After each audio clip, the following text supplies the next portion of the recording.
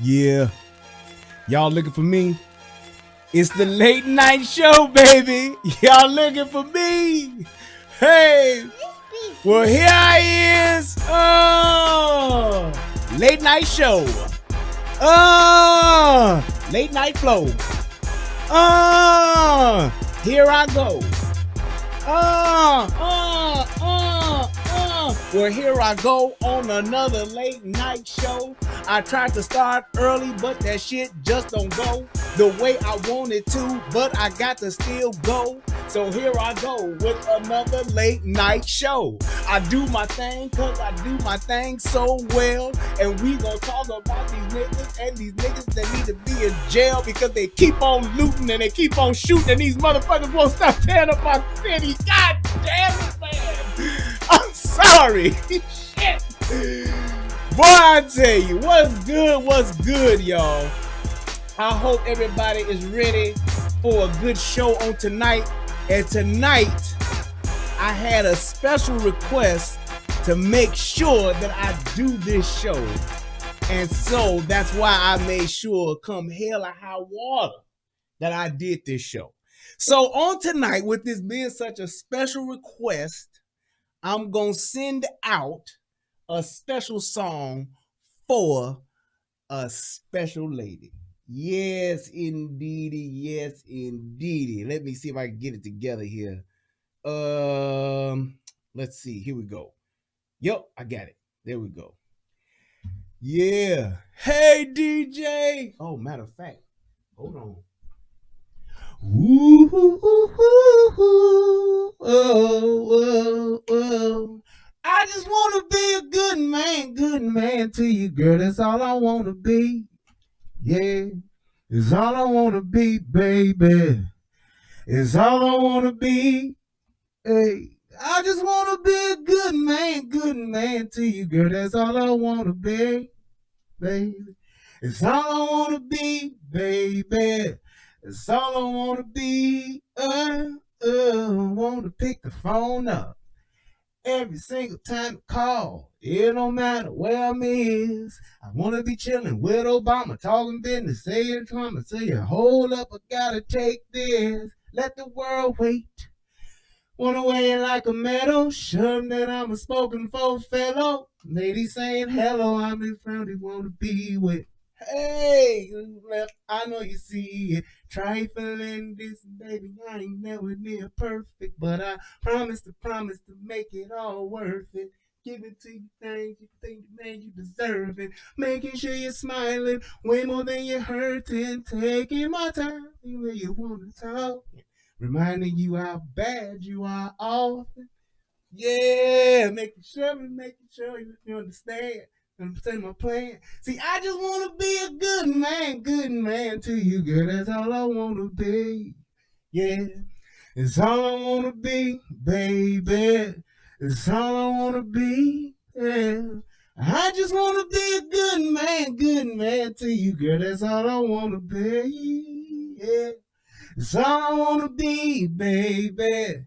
That's all I want to be. Oh, oh, oh. Tell the truth. Tell the whole damn truth.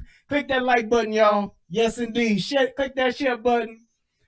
Let's go. Best doing when you're around, when you're not around. I respect you and I will never make a fool out you, baby. No, I will never make a fool out you, baby.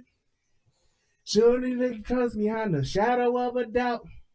Some them up with the name in your mouth and tell them you can be gone with all that.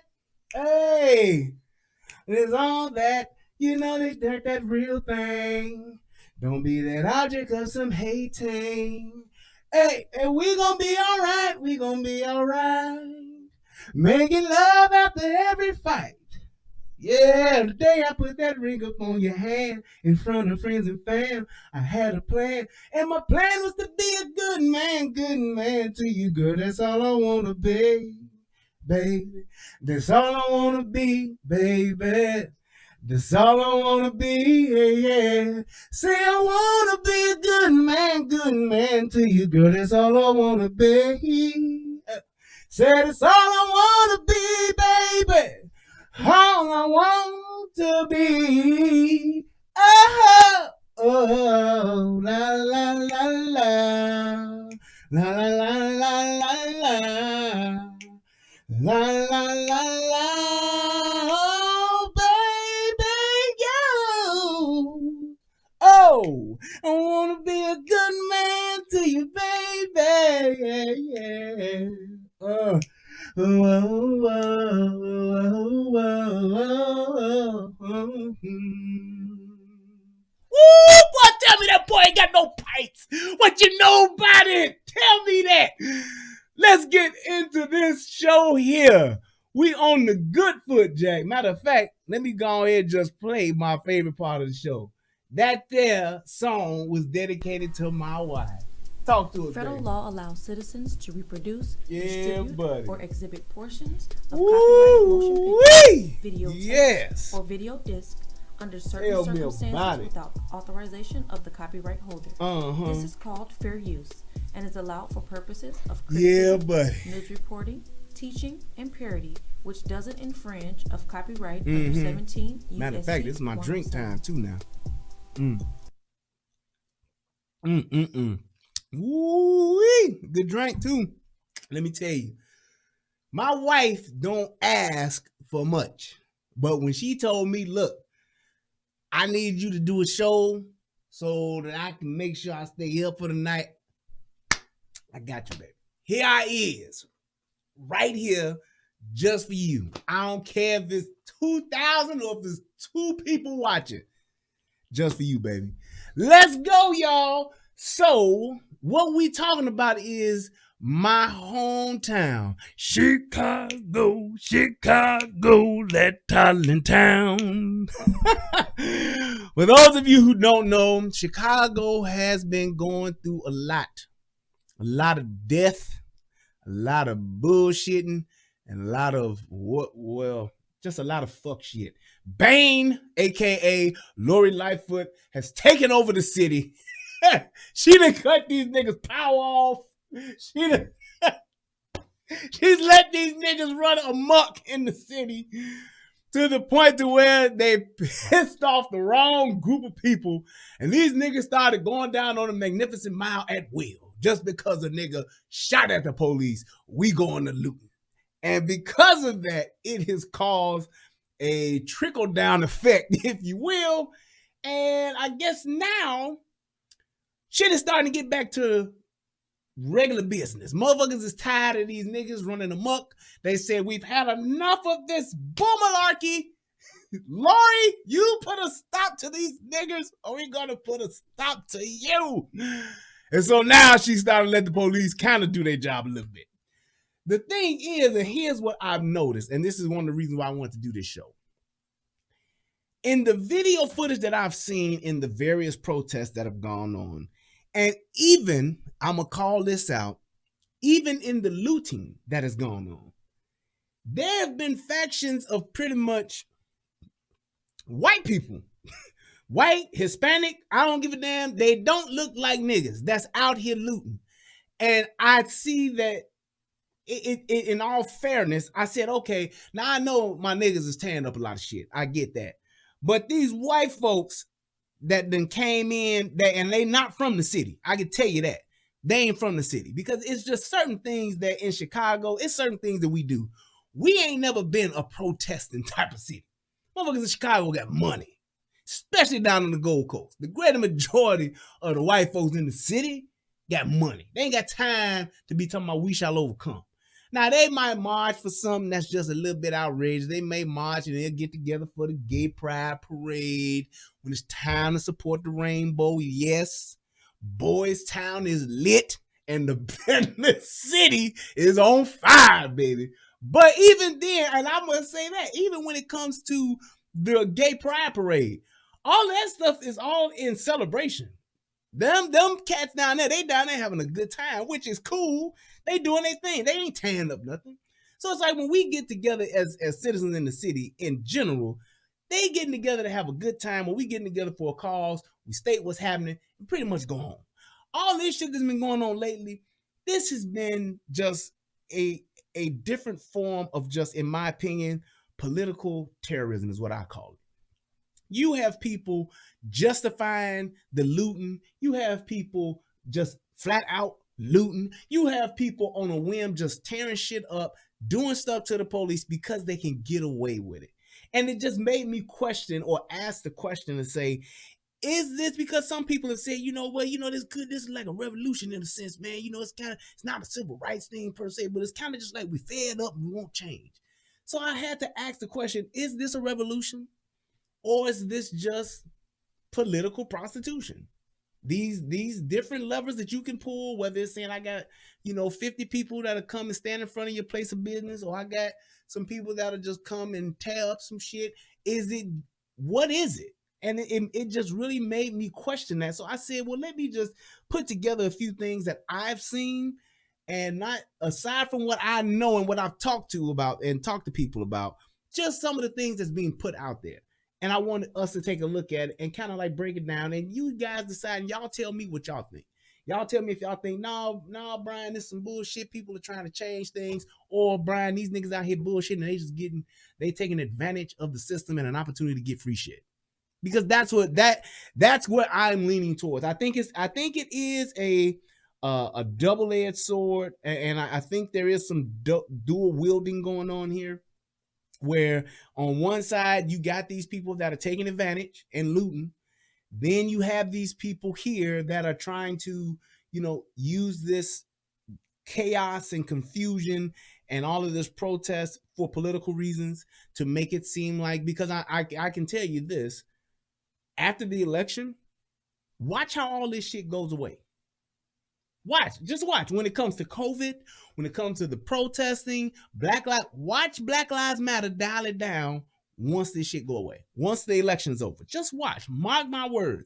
And here's why I say that.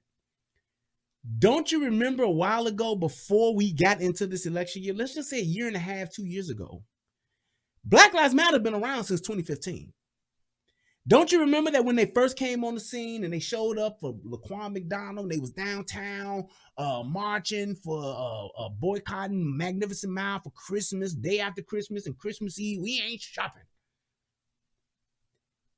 Then they kind of just disappeared. You didn't hear shit else. You didn't hear nothing about them. They wasn't showing up nowhere. Niggas was still getting shot. Niggas still dying.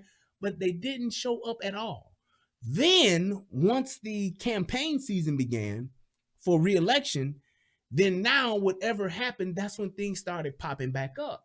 And it kind of like made me say, well, they just seem to be, I understand you got the opportunities to do this and opportunities to do that, but then it just became, well, they just looking for opportunities during the political season.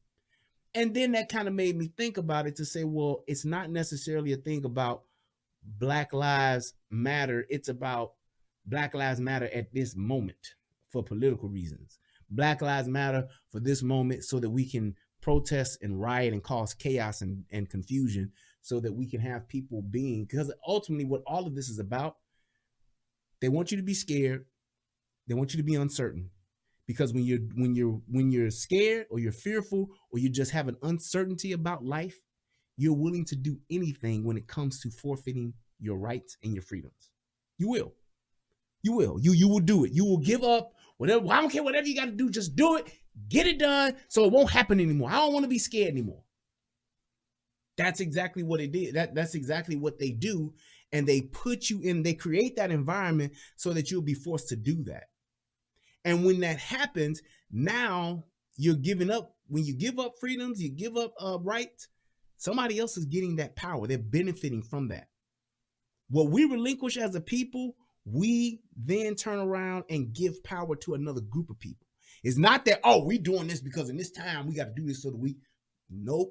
When you give up those freedoms, that's when somebody else gets more power over you.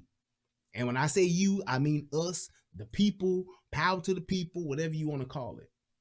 Exactly, Jared. He said, hint, and ACG Stereo Man. Yeah, ACG Stereo Man. Hence the Patriot Act. Hence all that shit, that Patriot Act and that other. I think the Patriot Act was under Bush. It was another act, or was it? Or what was the act under Bush? And then Obama signed the act. Was Obama's the Patriot Act? It was two of them that like gave the government like all of the time and all of the freedom to just violate our shit. Listen in on anything, tap whatever, get a hold of this, log in, whatever you want to call it. It gave them access to it. I can't think of what it's two acts. It was the one that Bush did. No, Obama was a lot worse. Nope, Obama's and Bush's was the same goddamn thing. The Patriot Act was post-Bush. Okay, that other one that Obama signed, you needed the Patriot Act, and then the one that Obama signed, they motherfuckers, all it did was extend the reach of the Patriot Act. I can't think of what it was. Yeah, Obama, they remixed it. They did the R. Kelly remix on that motherfucker. That's what they did. But those two acts were in tandem. The NDAA, okay, that's what it's called. Thank you, Darius, with the super chat as well. So that's what I'm talking about. Yeah, so the first one was the Patriot Act, which got us all of the shit as far as the whole new security force. What's the TSA? That got all that shit kicked off. And all of that shit happened from what? The towers. We were scared. We ain't had nothing like that happen since 1941. And we get scared. And what do? We gave up our freedoms. We don't care what you got to do. Just don't let this happen ever again. Yes, take our freedom. Yes, take our rights. Just sign it and get it started. We don't care how much it costs. Get us air marshals and everything so this won't happen again. We want a bunch of Wesley Snipe passenger 57s. Get them out there, get them up in the planes, and hopefully this won't happen ever again. And that's what they did. And just think about it. You had a couple of cats who supposedly was trying to get on the plane and have bombs in their shoes. Come on, man. And I'm not trying to go down the whole route of conspiracy. I'm just saying, when these type of situations happen that are threatening to our freedoms and threatening to not necessarily our freedoms, but our way of life, we get scared. And when we get scared, we make bad decisions. And that's what it is. Yeah, I think it was called the Privacy Act or something like that, whatever it was. But when you're giving up those things, that's what happens. Somebody else gets more power over you. And that's why when it comes to stuff like this COVID stuff, when it comes to things like, and I think I'm going to have to do a show. I want to do probably tomorrow. I'm probably going to do a call-in show. And I just want to hear people's opinions about COVID. I want to hear opinions about the mask, the COVID, what you think about the COVID. Is it a pandemic? Is it a plandemic? Is it an experiment? Whatever you want to talk about, I think I want to do that. Now, I don't want to get off into the tinfoil hat shit. I just want to hear about the experiences that people are having with it. So maybe we can do that tomorrow. But getting to this, today there was a protest in Chicago, and that protest was supposed to be about like a Black Lives Matter or whatever you want to call it, but it was two groups actually. And now protesting has become such a new thing in Chicago anyway, that now you got the protesters arguing amongst each other. For the white people out there, that's arguing. Black folks, we call it arguing. Why you got to argue? These protesting groups now are starting to argue against each other. Now, we know that there are paid protesters out there that Black Lives Matter supports. They pay them $15 an hour to go out there and cause a ruckus. Get your megaphone, get your little speaker box and your microphone, whatever you're going to do. And you go out there and you talk a lot of shit. That's what you do. Get the news out there if you can. Just get as much people as you can together and just cause a ruckus. But now these groups are starting to go at each other. And I want to take a look at that. And then we're going to go into some of the other stuff that's been happening with the police and the looters and all that kind of stuff. But let's take a look at this. To our top story, that protest that was planned to take place on the Dan Ryan Expressway did not happen as planned. WGN's Rob Sneed is live at Roosevelt and Michigan. Rob. Yeah, the organizers, their message started off. Now, I'm going to tell y'all, in all honesty, I played this clip because of my boy right here, Rob Sneed.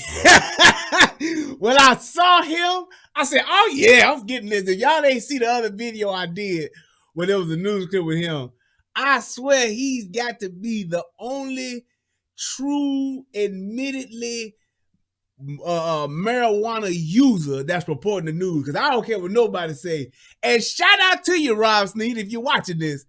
I know that this nigga gets high. I like him. He's well-spoken and he does a good job, but he got that I just got through blazing before we went live look all the time. I don't know if it's the dreads, the lazy eyes, but I know that this nigga here smoke. He got to take a drug blood test in order for me not to believe that he don't smoke. But let's go ahead and listen to our man, Rob Sneed. You better recognize. Pretty strong and pretty direct. They wanted to defund the police, and they also wanted to remember all of the lives that were taken by police, all of the black lives, that is. Then all of a sudden, a counter-protest showed up, and things kind of went off the rails. I would say they had somewhat of a spirited conversation. Right now, that protest... And what he's saying by a spirit, and I like the way he's well-spoken. Shout out to you, bro. What he's saying as far as the heated debate, that means niggas got to argue. These niggas don't like them niggas, and them niggas got to argue. That's what happened. Ended up here where you can see, listen, there's really not that many people out here. I would say probably less than 100. It started off with only a couple of hundred people to begin with, but they're here at Roosevelt, as you guys mentioned, where they are kind of having a kind of tranquil, peaceful, quiet conversation just about how Black lives matter, but again, very direct with their message. My job is to give this life the respect and the dignity. Now, at first, I thought this nigga was a choir director. I said, what the hell they got the Minister of Music up here for? I thought this nigga was going to come out and do this. Y'all know how they tell the choir to get up? How that music, when it's Sunday, especially like an Easter Sunday or it's the church anniversary, they real serious. And they come out and they do that, and that's when the choir said, the choir don't move, choir don't talk, don't chew no damn gum, don't do nothing. Once this nigga walk out here and then everybody stand up, and then it's, happy to Jesus Christ, happy to Jesus Christ. That's what happens next, but I thought this nigga was a choir director, but apparently he is not. He's a rabbi, and his name is Michael Ben Youssef. I don't know if he one of these Hebrew cats, one of or he's like really like an Orthodox Jew. I don't know. All I'm saying is that garb he had on, I thought he was a choir director. That's all I'm saying. And the respect it deserves, because the system says this life don't matter. Rabbi Mike. And don't it sound like the way his voice is? It sounds like he talking in like a cup. You ever have like a cup and you put the cup on, like, that's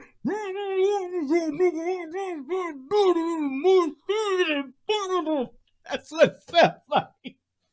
Like, man, somebody covering his, look, yeah, my name is Rabbi Michael Ben Youssef, and I want to tell y'all that this is for the people. That's what we here for. That's what we talking about, okay? Now, we're going to get together and we're going to protest every Saturday right here, all 8 of us, until things change. That's what it sounds like. I'm just saying. Tell me if I'm lying. Joseph, the organizer of this gathering, says, life don't matter. Rabbi, and why he yelling? Says this life don't matter. Rabbi Michael Ben Yosef. Give this life the respect and the my job is to give this life the respect and the dignity and the respect it deserves. My job is to give this life the dignity and the respect it deserves. Okay? Because the system says this life don't matter. Because the system says this life don't matter. That's what the system is saying. And my job is to come out here and make this. I'm sorry. Shit, I'm sorry. Rabbi Michael Ben Yosef, the organizer of this gathering, says this is what this protest was supposed to be about. But things took a turn when counter-protesters clashed with the rabbi's group. The counter-protesters felt that the rabbi's group needed to stop wasting resources. They said instead of working alongside police, white people, and the black... Who's that Emmett Smith looking nigga? The Lives Matter movement, that group should put the money back into black businesses and work closely with black people and only black people. The Rabbi's group argued that there needs to be unity instead of division. They also said that the only way to see change is to defund the police and fire the current leaders of the fraternal. Why that policeman got on like a halter top, bulletproof vest on riot gear? Look at this thing. They also, boy, what you doing with a halter top on? That ain't how you supposed to be. Man, look, you need to go and get you some better equipment. I understand that it's hot out there, but look at the guy standing next to him. Look at how low his is. This dude, his is like a halter top. Like he got on it's like, look, you want the full or you want the sports bra model? He got on a sports bra. It's just right up here. No gut protection or nothing. Just I'm gonna get mine just to cover my chest. That's all I'm gonna do. Yeah, just my chest area. That's it. That's it. My mic too loud. Let me turn my mic down, so I can turn it down. So I'm sorry. All right, but yeah, it's like I don't get it. Like, why is he dressed like that? But whatever. The way to see change is to defund the police and fire the current leaders of the fraternal. Right, a bulletproof crop top. They felt as though some of these leaders are outsiders and are coming to the South to push their own agendas and not working directly with the actual people that live there. Did y'all see that nigga's neck? Hold up. Hey, look. Ain't that the reporter dude walking in the march? Shout out to my man Sneed. Hell no. Not working directly with. But look at this dude's neck. What, this nigga got like a microchip or some shit in his neck? Do y'all see that? Am I tweaking? I'm not high. I drank a little bit, but I ain't high. Do y'all see that? What are these two? It look like two battery contacts or something that's in this nigga's neck. Is this dude like a robot or something? Do y'all see that? Man, that looks weird. The actual people that live there. Yeah, there go the reporter dude. Are you walking with him? Different groups that are steady popping up in our communities, they have to be willing to build relationships with our communities. They don't know if we fighting for the same thing or not. You're right about that. They got to be able to have outreach and come into our communities, not just pop up and have protests and do this stuff in our communities. They're not even working with us. Latoya Howe's son was. Now, I agree with him on that. And I'm going to tell you like this. Anybody that's coming to your neighborhood to protest, march, demonstrate, what have you, y'all need to give these niggas ghetto passes. I don't care if they white, Hispanic, Asian, it don't matter. Y'all stop letting these cats come into y'all neighborhood, because what they're doing is they're using your environment and your living situations to exploit and to promote their agenda. They're exploiting you. Literally. If I ain't there, just, and that, do y'all remember when, what's the dude from Missouri who got shot? Oh man, what's the boy from Missouri that got shot? Is that Michael Brown? Yeah, Michael Brown. So y'all remember when Michael Brown got shot, right? Michael Brown dead, everybody pissed off in St. Louis, everybody mad. Do y'all remember when Jesse Jackson and Al Sharpton and them came down there, how they told them niggas like, hey man, we don't want y'all here? And I so understood what they meant, because y'all niggas only show up when the cameras is out here. Y'all niggas don't care about us, and I'm telling y'all, that's exactly what it is. This whole, and that's why I always tell, I agree with Tommy when he says we don't need no leaders. We need people to just think for themselves. We don't need no leaders, because that's all they do. Every time a nigga get shot, nigga get robbed, nigga get whatever, and they got white folks involved. Not when niggas do it to each other, but when white folks are involved, these are the first two niggas that's trying to hop on a plane to either come and do a eulogy at the funeral, or they come to get on TV. Don't know nobody, don't know any other people, ain't from the area or none of that. And they hopping on a plane and they talking about, yeah, we here to support these people. Y'all, first of all, y'all old as hell. Second of all, y'all ain't doing shit but looking for a way to get paid. And y'all getting on TV to stay relevant. That's it.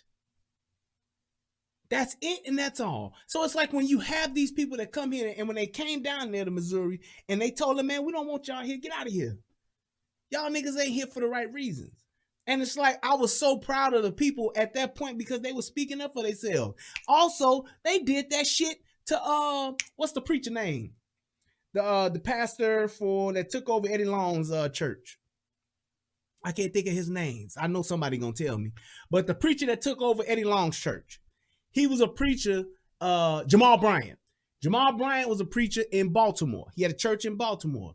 And aside from all of the fuck shit he didn't got involved with, and he had going on in his life as a preacher, whatever, he came into Baltimore, into the hood, and he's trying to talk to the thugs and all of them niggas down there. Them niggas like, nigga, we don't know you. You don't come around here. You don't fuck with us. You don't do nothing. And the dudes was straight punking. They was like, nigga, get out of here before we smash you. They literally was like, we will smash you, nigga, if you don't leave. And that dude was like, okay, all right, I'm gonna leave. Yes, sir. And then the dude like was talking to him like he was his kid, which is one of the reasons why you don't never go nowhere, especially to the hood, without no gun. Cause I don't care if I was a preacher or if I was a pimp. If I'm somewhere like that, you can tell me to leave, but you ain't gonna chastise me and lecture me like I'm some little ass kid or your bitch. You ain't doing that. And that's how them niggas did it. Look that shit up. You can look that shit up on YouTube. Them niggas was filming this nigga that's from the hood talking crazy to the motherfucker to Jamal Bryant.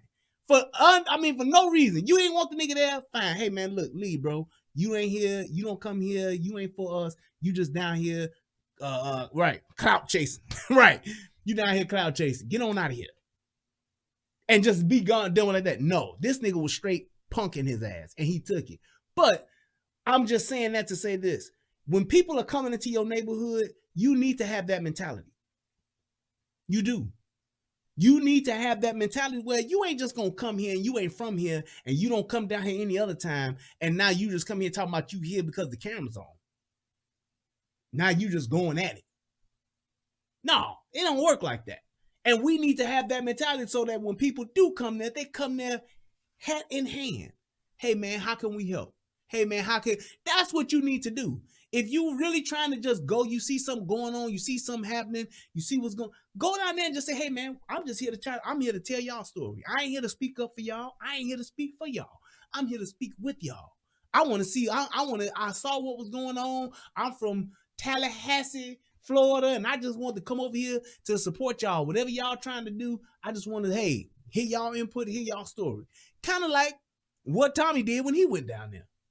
He went down there to literally document what was going on. He wasn't down there talking about, yeah, I'm speaking for the black people that's here. I'm standing up for He wasn't on that. He went down there, went into their neighborhood and said, hey, man, I'm here. I want to tell y'all story. I want to hear from y'all. Y'all tell me what's going on and what is it like being here.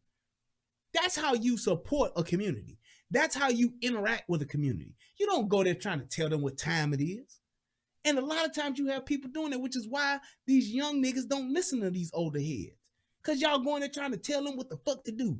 And not to say that what you telling them ain't right, but you don't go to somebody else's house and try to run it. A nigga can't come up in my house and try to tell me how I'm supposed to be living. You just can't do it. You just can't do it. If you want to talk to me or whatever, that's one thing. But trying to talk to me or trying to talk down to me, telling me what I need to do, and I don't even know you? No. You can't do that. Tell me what's right and wrong. Tell me what's going on, what we need to do, how we need to change. Have a conversation. Don't come here talking about you speaking for me and you standing up and you here to speak to the world on my behalf. I ain't asked you to do that, player. Killed by a police officer. She says despite the division among this community, marches like this need to continue. I'm here because I need people to wake up. I'm tired of all these murders continuously happening. And then there's justified, qualified immunity for... Did she say continue? For every officer. We need them to be held accountable in every city, every state. And as you can see right now, things are just starting to disperse as we are speaking at this very moment. Some of the police officers have already left as well. But I had the chance to speak with several bystanders, and they told me today that they were disgusted by the fighting that was going on at the protest today. They said that that is the problem, that there is not enough unity within the community to actually make any real difference. Until that happens, nothing will change. Reporting live in the South Loop, Rob Sneed, WG Hey. News. Okay, Rob, Look. thanks. Let me, I gotta do this because I wouldn't be me if I didn't do this. Jay Martinez, sir, why in the fuck are you here? I don't understand niggas. Well, I do understand niggas. I know niggas, and I know niggas that act like bitches. Jay Martinez, for those of you who don't know, I'm gonna give you your 3 to 5 minutes of fame right here, right now. Jay Martinez is in my comment section right now in the chat, but he stays on my chat, on my page, on my YouTube channel, commenting, talking cash shit about me. And I don't understand, like I told him several times before. He's told me on my page, if you go and look on my page under the comment section, you will see this motherfucker's name up there, and you will see he clearly says, I'm unsubscribing. You don't like me, you don't like my channel, you don't like my commentary, and you're unsubscribing. Apparently, he hasn't, because it's 12:30 at night when I'm starting my show, and he's here. Why would you be here? Why would you be here? It's like you don't like me, dude. Leave. And I told him, just like you didn't announce your arrival, motherfucker, don't announce your departure. Don't be mad and go away. Just go away. Just leave. Why would you come back here? I don't understand that shit. Like, you don't, dude, look, let me tell you something. I understand that what I do, everybody don't like it. I'm not here for everybody to like. If I wanted to be one of these YouTubers that got hundreds of thousands of subscribers, I know how to do that.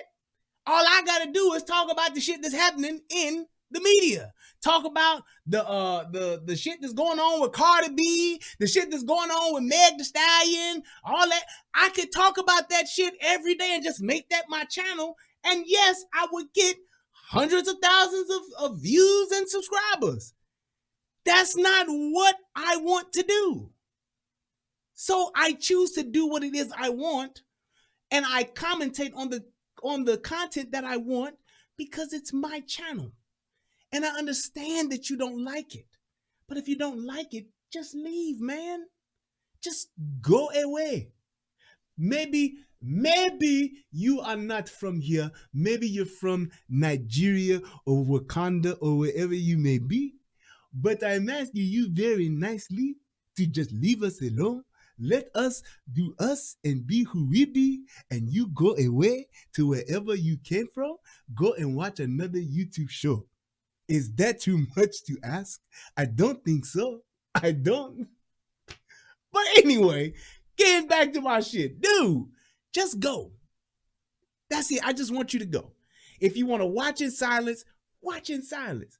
But shut the fuck up. This dude literally got mad at me. Listen, his comment was this.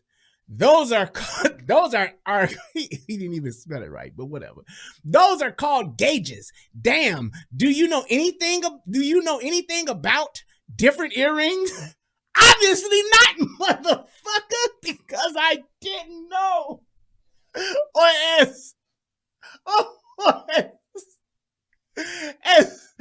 as Tariq Nasheed would say, gorgeous. I don't know nothing about no gauges or gorgeous. Y'all remember that shit? That nigga's like, what is that he got in his ear? Gorgeous. Oh my God. Dude, I can talk about whatever. So what? Jay Martinez, trust me, you will lose, sir. Just bow out gracefully. Curtsy and leave, ma'am. Please. Please. I beg of you. Don't do this. Just please leave. I implore you. I am begging you, sir. please just leave us alone.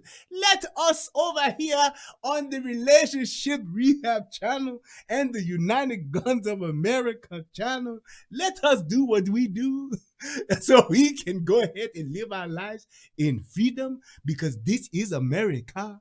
We would just like for you to go away. That's why we are here, because we do what we like to do, because it's what we like to do. That's it. Yes, that's a womanly response. Dude, I can talk about whatever. So what? ... You'll get your whole ass out of here, nigga. Boy, I tell you. All right, moving right along. I'm done with that. Let's go ahead and let's get into this next video. So this here is actually showing what these motherfuckers was doing today, because they said it was two groups. So you saw the peaceful guys that was down on like Roosevelt, Michigan. That's where I think they said they were. And their whole idea was to do the Dan Ryan thing, which is our expressway there in Chicago. They were supposed to try to shut down the Dan Ryan for protesting, which is dumb as fuck anyway. Why would you inconvenience the people in your city for your protests and your marching when the people of your city ain't the problem? If you want to change something, you got to change it and start with the laws. So you would probably maybe want to go to your state rep, your alderman, your mayor, your house representative, whoever those congressmen, that's who you probably want to go to. But that's neither here nor there. But let's just go ahead and let's see what happens, because there was another group. And this is why I talk about the whole terrorist and political terrorist type of motherfuckers that's shit that's going on down here. Boy, English is, what do Tommy say? English is whooping their ass today. Its entirety, entertainment, ... So what? ... Hated it. Jay Martinez. 2 snaps and a circle. And now, ladies and gentlemen, let's welcome another episode of Men on YouTube. I am your host, Antoine Merriweather, and my name is Blaine Edwards, and we have a special guest today who is Jay Martinez. Now, Jay Martinez is here to give us the tea on a YouTuber named Brian Redman, who also has a channel called The Relationship Rehab. Now, he is here, and what is the problem with, what is going on with you and The Relationship Rehab, Jay Martinez? Well, girl, it's like this. I do not like any of his content, okay? And his content, it just makes me so upset. And I understand that it is entertainment in its entirety or entirely or whatever it is, but so what? I want to say what I want to say. And I mean, he didn't even know what gauges were. I mean, well, we call them gauges, but he didn't even know what gauges were. You know, and he just doesn't know things. And I just don't like it. I just totally hate him. Oh, I just hate him. I mean, even his last show he did about Chicago and all that stuff. He did a show about Kamala Harris, you know, just tearing down black women. And I just wanted to give his show just a total thumbs down. And I just want to say, hated it. Okay, girls. Men on YouTube. It's a raining man. Hallelujah. It's a raining man. Hey, hey. All right, I'm gonna stop. Protesters return to downtown Square. Did y'all see Skeeter Mills? Did y'all see the Skeeter Mills in this motherfucker? Look at Skeeter. Chicago police amid I believe that Skeeter Mills has a school, and Skeeter Mills, he teach skateboard slapping. That's what I think. I think that some of these people have enrolled in Skeeter Mills' course of skateboard slapping. I swear for the Lord, I have just been noticing a lot of skateboard action in these riots or protests, whatever you want to call it.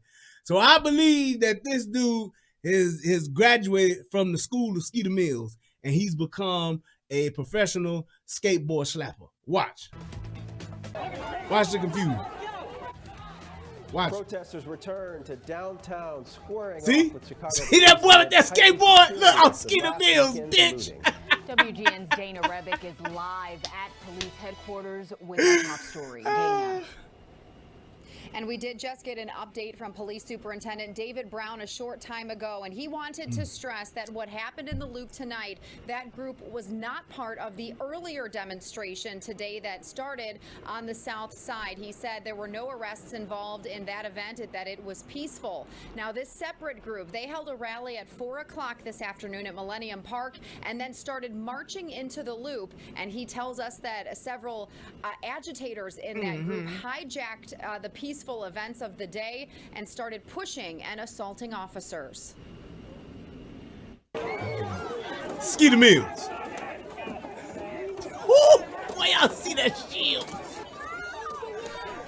See, now this is what they should have been doing when they first came downtown the first time. This is what you should have had them doing. You should have had them out there pushing these motherfuckers back so they don't go on and tear up these stores. Y'all want to walk down the streets? Fine. But y'all ain't going to be up in these stores tearing this shit up like this. This is what they should have did the first time, but they didn't. Now, basically what has happened, Lori Lightfoot then had to she done took the gloves off and she done untied these motherfuckers' hands. Now there you could see tensions flaring near Rand. See, like what they're doing now? See, before, they wouldn't even let them do this. Lori Lightfoot gave them orders to where they had to literally stand down. Let these niggas tear it up. Let them fuck it up. We don't care. It is what it is. That's what it was before. But now they are actually able to actually do some crowd control. Dolph and Dearborn, where officers seen in full riot gear shoving protesters back with their shields. Some of them look at that. They go another skateboard to get that Skeeter Mills certification. Who were assaulting them as well. An officer used pepper spray to try to disperse the crowd. Now, Superintendent. You see that? You see them police officers now? They got the shields, but they also got them damn sticks. They ready. And Brown says protesters were also using pepper spray on officers. It was just one of several heated moments tonight as CP. And see, that's the thing too that people don't realize. You know, when they're using things like pepper spray and stuff like that against these police officers, pepper spray. Let me explain something to y'all. If you ain't never been pepper sprayed before, ain't never been around somebody who's been pepper sprayed. I have not actually ever been pepper sprayed personally, but I've been around people who've had where pepper spray has been deployed. And essentially what it is, it's not like a taser or anything like that, but it is definitely an irritant. It disorients you, it burns, it causes you pain to your just your senses and shit. It fucks it all up. Gets in your eyes, it burns, it gets in your nose and your mouth, you feel it all in your throat and your chest. Is essentially if you take some, you want to experience what this shit is, take some cayenne pepper and sprinkle about a tablespoon in your hand and just smear that shit all in your face. That's what it is, in your eyes and everything. Just smear it on and then just give yourself 2 minutes. That's just an example of what pepper spray is. It's like because it's being shot and it's on you and it just makes everything burn. It's literally one of those things that just get you to stop doing what the fuck you're doing and tend to your infliction that has come upon you as opposed to whatever it was you was doing. So it's terrible. I've never seen the gel deployed, but that spray, it will fuck you up. If it's some good fresh spray, that shit'll fuck you up. It won't, incapacitate you, but it will definitely do a very sufficient job at disorienting. Now, there are some people, especially when they hyped up on drugs and shit like that, well, that pepper spray, man, that shit is like nothing to them. It's like spraying some motherfucking Febreze or some Renews It in the air or something. It's just like air freshener. They just got, oh, pepper spray. And they can keep going when they hopped up on certain shit. So it was one of those things where I would probably never have it. I would never get it. It's like, if I can't deter your ass with any other type of tactic, I'm probably just gonna shoot you. Just saying. I ain't shit, I know. But it's just one of those things where you never know if it's gonna work or not, depending on the situation that you're in. And that's why I wasn't one of those big, I'm not really keen on it, because there are some people, if you want to just have it because you ain't got nothing else, fine. If you ain't got shit else. But when it comes to one of those things to where you want something that's going to deter you, maybe for a dog or something like that, Yeah, possibly. But when it comes to actually trying to stop an assailant or somebody attacking you or hurting you or something like that, I'm not going to put my trust in some pepper spray. I'm just not. Because if a person is drunk enough or if they're high enough, it's not going to do a goddamn thing to them. It's just not. And then there are some people to where you can spray them with that shit and they can just, you know, it won't take them down like it's supposed to. It'll just, they'll just do that. And then they right back at you. So it's I'm not a big fan of it. Like I said, if you don't got nothing else, fine. But don't put your life and trust your life to some damn pepper spray. The bike cops formed perimeters near different intersections like Lake and Michigan, and bridges were raised over the Chicago River to try to keep this group from advancing through the loop. Now, protesters say police... Y'all heard that right. See, the way the loop is made downtown, it's a river around the certain part of the downtown area. And the way you get over there to the other side, you got these bridges. Those bridges let up. And they let up to let the bigger boats come through. But when shit like this happen, they let it up to keep them niggas from getting through. Them protesters and whoever else from getting through. And it's a great tactic to be able to do that. But it's just one of those things where they shouldn't have to be doing this. They just shouldn't. Did issue an order to disperse when they were near LaSalle and Adams. Tonight, we were told in total 2 protesters and 17 officers were injured. And click that like button while y'all watching this. Please click the like button. Potentially, we had an officer with injured hand, likely need to be x-rayed to make sure it's not broken. But most of it is just bumps and bruises. A lot of officers were maced. A lot of officers were hit with... one particular one caught on video that we'll be releasing tomorrow is an officer was just beat in the head with a skateboard. Repeatedly. Skeeter Mills wins again. Y'all hear that shit? This officer got Skeeter Mills beat in the head with a skateboard. Repeatedly. Skeeter Mills is everywhere, man. An officer was just beat in the head with a skateboard. Repeatedly. And it is clear that was the intent. Skeeter Mills lives. That's all I'm saying, man. Skeeter, it's a movement. You hear this dude, man. You see the person in the crowd. Then you see this a police officer just literally got beat in the head with a skateboard. Skeeter Mills, man. Of these agitators. Now, in total, we're told 24 protesters arrested. 4 of those arrests, felony aggravated battery against a police officer. Also to take note tonight, the CTA is suspending service on the green, brown, orange, and pink lines until 6 a.m. Wow. The red and blue lines are still running tonight. Live at police headquarters, Dana Rebick, WGN News. Yep, that's what they're doing. So you saw that violent piece of this. You saw where those, man, they actually had a police officer that actually got hurt.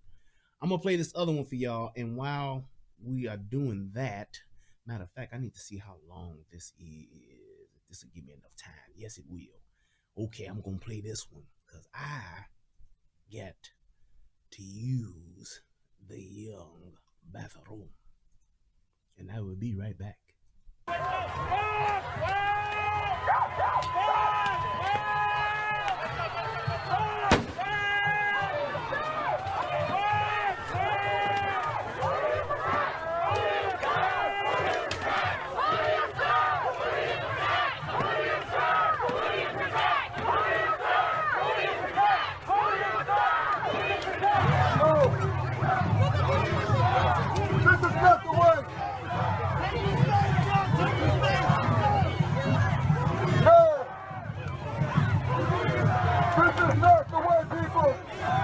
A peaceful protest is what we have.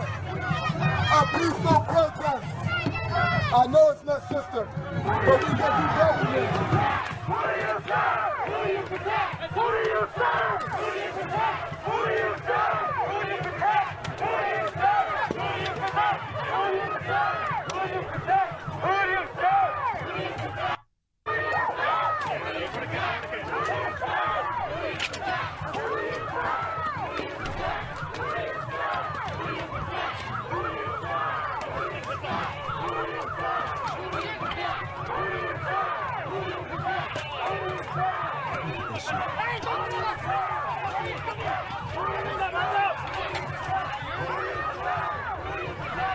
Now, what we watching, what y'all was watching, but I've seen it already. What this is there's a statue in downtown Chicago of Christopher Columbus, and this statue is basically been in the city as long as I can remember. Now all of a sudden, with the removal of Uncle Ben, they done killed Uncle Ben, they done killed off Aunt Jemima, they done put Black Lives Matter on the basketball court floor, they done painted Black Lives Matter on the city streets, and they got rid of the Redskins and all this shit that they've gotten rid of, and they want to tear down the Stone Mountain figureheads that's up there, all the shit they want to tear down. And it's like, y'all doing all of this and just defacing the statue. My thing is this, and here's my thing. Y'all hate the statue. Okay, why not just get it taken down by using, they hating on Mrs. Butterworth too. Why not just get the statue taken down with legislation? Get your officials to take it down. Why do you feel the need to go and tear this down? Because here's my thing. Y'all go put some ropes on this thing. Here's what they were literally wanting to do. Tie some ropes on this goddamn thing, yank on it, pull it, and tear it all down until, ain't nothing left. We want to burn it, piss on it, whatever you want to do. But in taking down the statue, why wouldn't you just have it taken down as opposed to tearing it down and potentially somebody getting hurt? That was my number one thing. Now, here's the other part. When you're talking about the fact that you want to bring about this change, this isn't a thing to where, you guys went to the your local politicians' offices, you went to the mayor, and they denied it, and so now y'all just gonna tear it down. This ain't that. Niggas have never asked to have this torn down. Never. As long as I've been, as many years as I lived in the city, I have never heard one time that niggas hated this statue. And this is what we talk about the whole terrorist thing. Because this is some straight up Black Lives Matter Antifa type bullshit. That's exactly what this is. They're trying to say, what can we do to cause a ruckus? Let's tear down this statue. Yeah, Columbus was nothing but a genocidal maniac. Let's tear it down. And you go through all of this nonsense to tear down this statue. Why? Why are you doing it? You're doing it for attention. That's all it's for. If we don't like it, and because shouldn't nobody else give a shit about this statue except for those that are in the city, the Chicagoans, the people that live there. And if we ain't had a complaint about that statue in all the years it's been up, why now? Because this is something that's going to get attention. That's all it is. That's all it is. And I think that that's bullshit. And then here's my biggest part of this is look at what they're doing to the police officers. What is it that gives you the right to do something like this to police officers? And here's why I say that. I don't give a fuck how mad you are about the police and what happens to the police. Them police that's out there ain't the ones that you can say, hey, he shot Jonesy. Hey, he shot Raekwon. Hey, he shot Trevante. Hey, he shot Diamante. Hey, he shot Escalante. Hey, he shot Escalade. He killed Avalanche 2 months ago. You don't know any of these police officers. And yet you're throwing bottles of water, bottles of piss, bottles of bleach. You take one down, pass it around, 99 bottles of beer on the wall, 99 bottles. That's what you're doing. And not to mention, the injury that you can cause to these police officers had to suffer.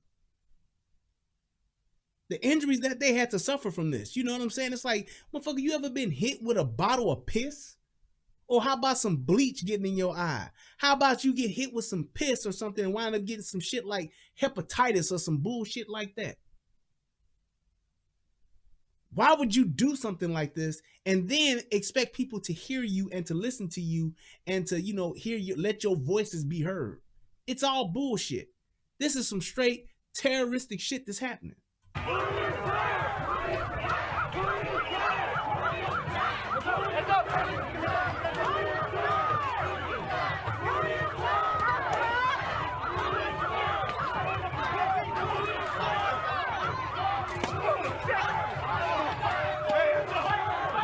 at that. Look at what they're doing to him.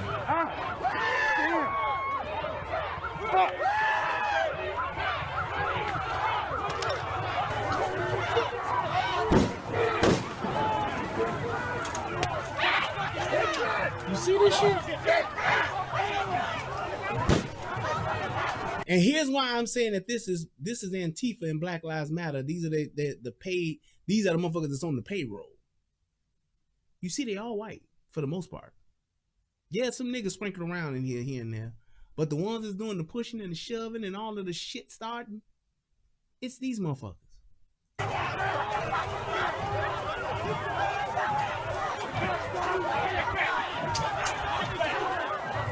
And let me just point out a side note here. Just something to ponder. With everything that's going on with the COVID pandemic or plandemic, if I like to call it, or the planned experiment, with everything that's going on with COVID, you being forced to wear a mask, you're being forced to keep your children at home, and you're also being forced to actually practice social distancing, regardless of what the situation is, and you don't want, and all of this is to stop the spread of COVID. Why are these people allowed to protest? Why are these people allowed to come down here and do this? Why are these people allowed to be on the streets looting? Because even though they have on masks, they can still spread the virus. Here's my case and my other point to that. Why is it that I'm allowed to come and protest, but I can't go to my church? When was the last time you seen a protest or a fight break out of the church? I can't go praise the Lord, but I can go down and protest. And that's one of the things I want to talk about tomorrow. I can't go to school. I can't send my kid to school. Now, mind you, children are not getting this virus and suffering from it. They are not. That's a scientific fact. The numbers show it. It's like 0.001% of children that even are getting COVID, and let alone getting like deathly ill from it. The handful of children that have died from it, these are children that had outline issues. They had other issues. They were already high risk, which means they should have their ass in the house anyway. But children are not getting this. This is largely affecting over half of these people that have died from COVID are people that are in retirement homes, the elderly, people that are over 65 years of age, and they also they are high risk. They have high blood pressure and all that stuff. But why am I allowed to get on the streets and fuck shit up? Because that's all I'm doing. But I can't go to church. I can't go to school. How is that? Just saying. Just asking a question.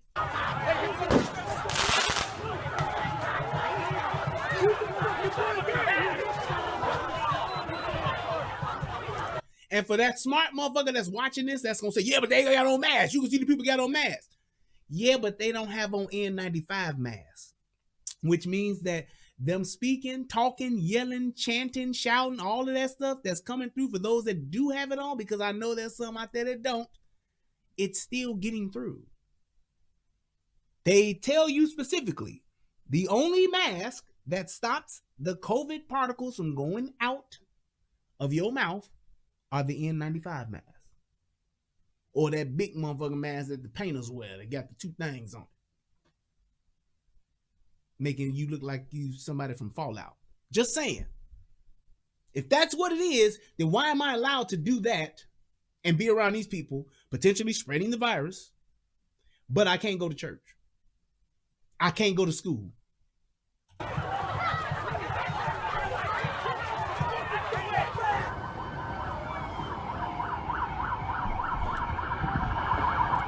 They're doing all this for a statue.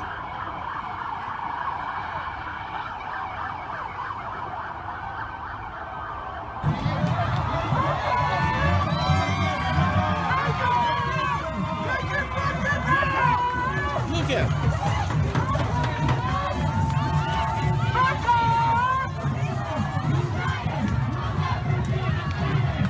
Y'all see this shit? Look at that shit.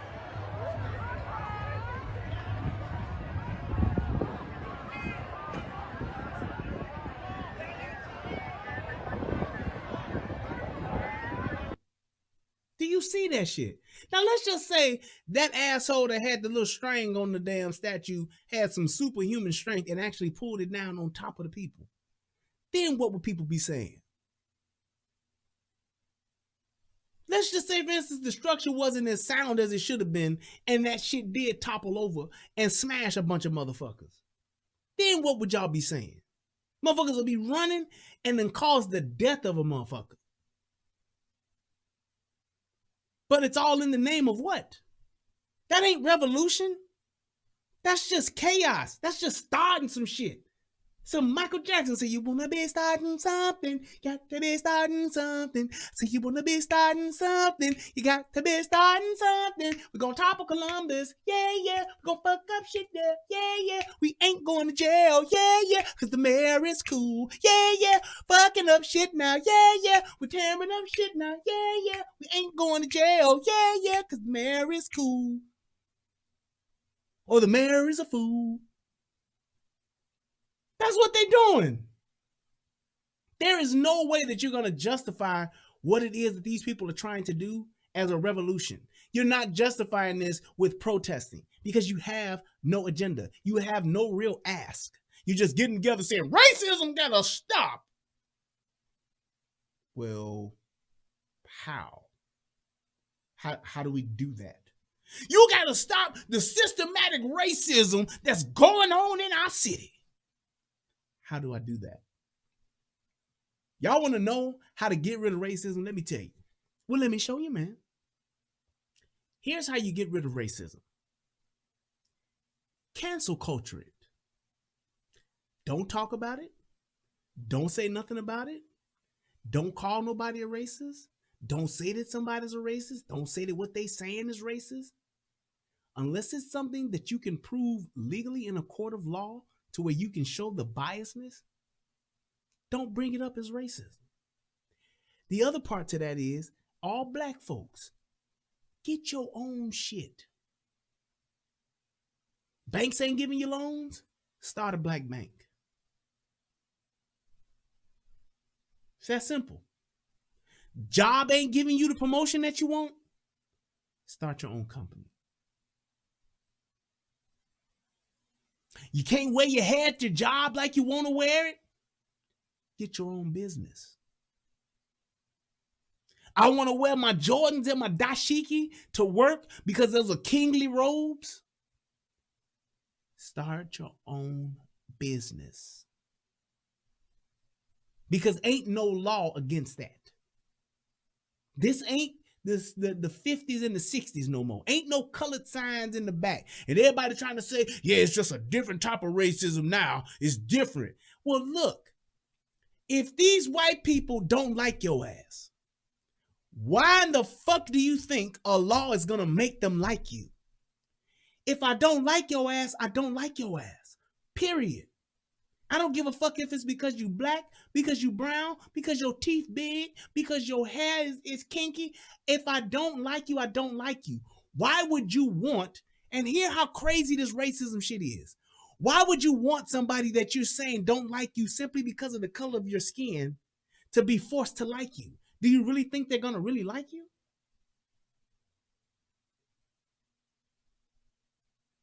Let that sink in.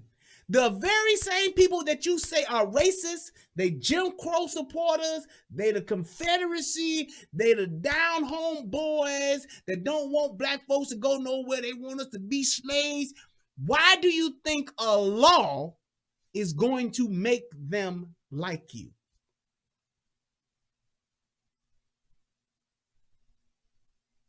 I'm just saying, think about that. If you want to get over racism, if you want to circumvent racism, you do it by getting your own. If you think somebody ain't gave you a promotion because of the color of your skin, because you black or because you a woman, get your own shit. That's my solve to feminism. All these women that are saying they being discriminated against because you're women, Get your own shit. That's simple. Simple. Go get your own shit. That's it. That is how you solve racism. Women, that's how you solve being discriminated against. That's how you solve it. Have your own. God bless the child that's got his own. That's got his own. That the God shall have, and the God shall lose. That's what Rock said. I'm just saying, that's what you need to do. Just like when they talked about the WNBA. The women of the WNBA had the fucking nerve to say, we want to get paid like the men in the NBA do. Ladies, please hear this. Ain't not one of y'all motherfuckers, not one of y'all, better than the worst motherfucker in the NBA. Not one.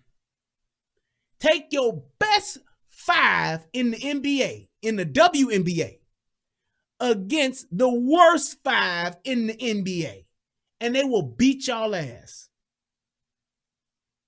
I'm telling you. That's just it, plain and simple. They will beat you talking about a blowout, dub club, whatever you want to call it. And then the thing is this. Do y'all realize what the WNBA, and I ain't hating on y'all. I'm not. I promise y'all I'm not. Women of the NBA, of the WNBA. But the reality of it is, don't nobody watch y'all. I can't tell you the last time I've seen a WNBA game. I'm going to tell you right now. I only know about maybe 3 WNBA teams. I know about the Sparks. I know about, what's the other one called? Is it the Wolves or something? I can't even think of the name of them. And that's it. I don't know anybody else. I don't even know who the top players are today. You know how many WNBA women players I know about? I know Lisa Leslie, Cheryl Swoops, and that other tall white girl. Rebecca Lobo, is that her name? That's it. And I know that probably 2, if not all 3 of them are probably retired. Oh, and is it Brittany Jones? Is that it? Is that her name? Brittany Grinder. Yeah, Brittany Grinder. That's it. And I only know about Brittany Grinder because Tommy talked about her. I don't watch it. Nobody watches it. Especially now with COVID.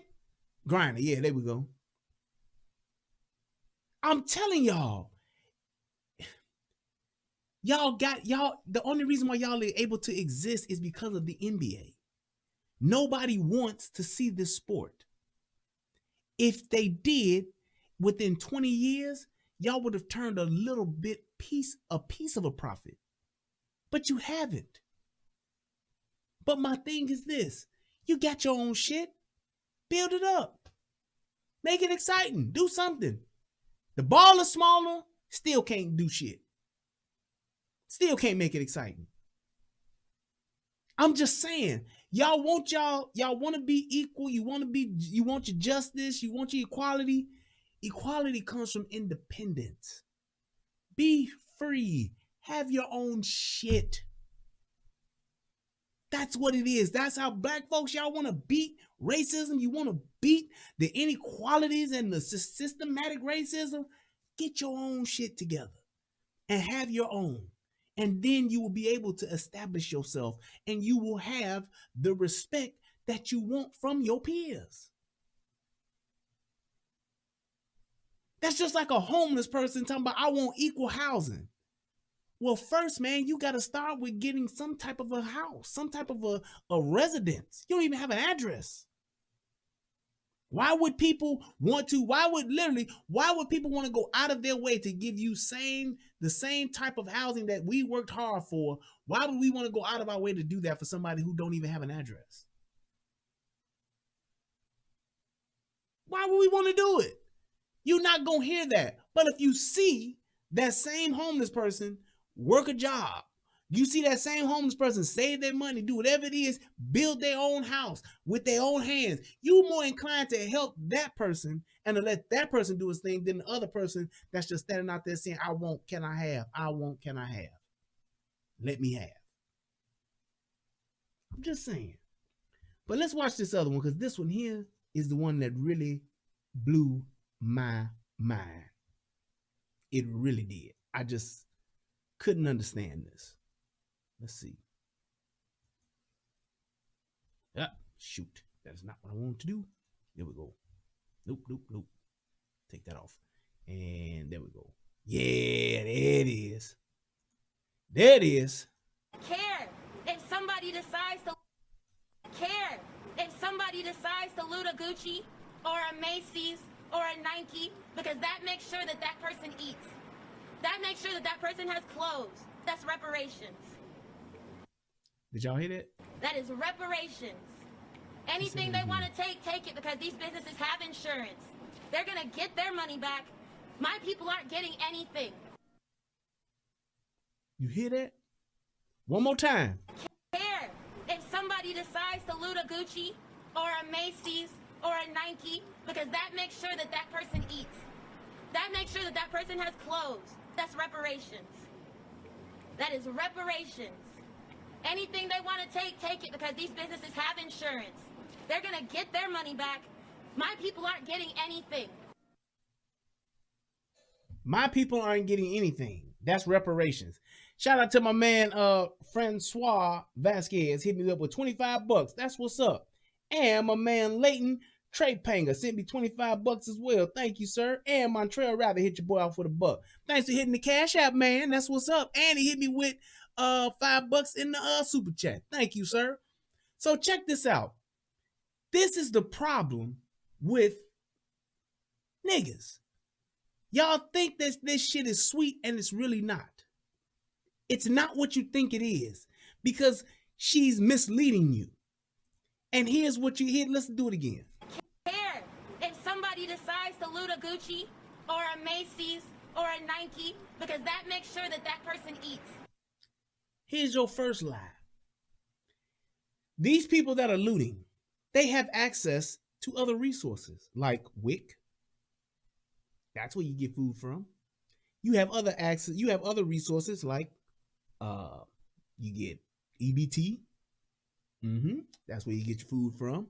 You also have plenty of places like food pantries, churches. There are plenty of places for you to get a meal. In today's world, in this country, in the United States of America today, we don't have a hunger problem. There are plenty of resources and plenty of places that you can go to get food. And let's just say the planets are aligned in the cosmos and there is no food at any of these resource places. Your EBT ain't working, your WIC ain't working, the WIC office is closed, you just can't get no food, no place. Why in the fuck would I go loot a Gucci to get something to eat? If I'm hungry, I'm going to go shoplift at a grocery store. I'm going to go to Walmart, Kroger, Jewel, Osco. I'm going to go to Albertsons. I'm going to go to Dominic's. I'm going to go to a grocery store if I'm hungry.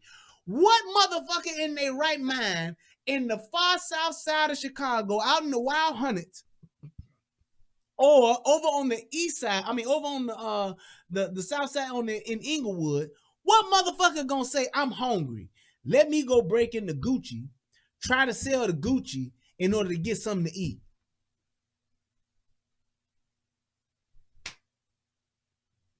What motherfucker does that? How does that even make sense?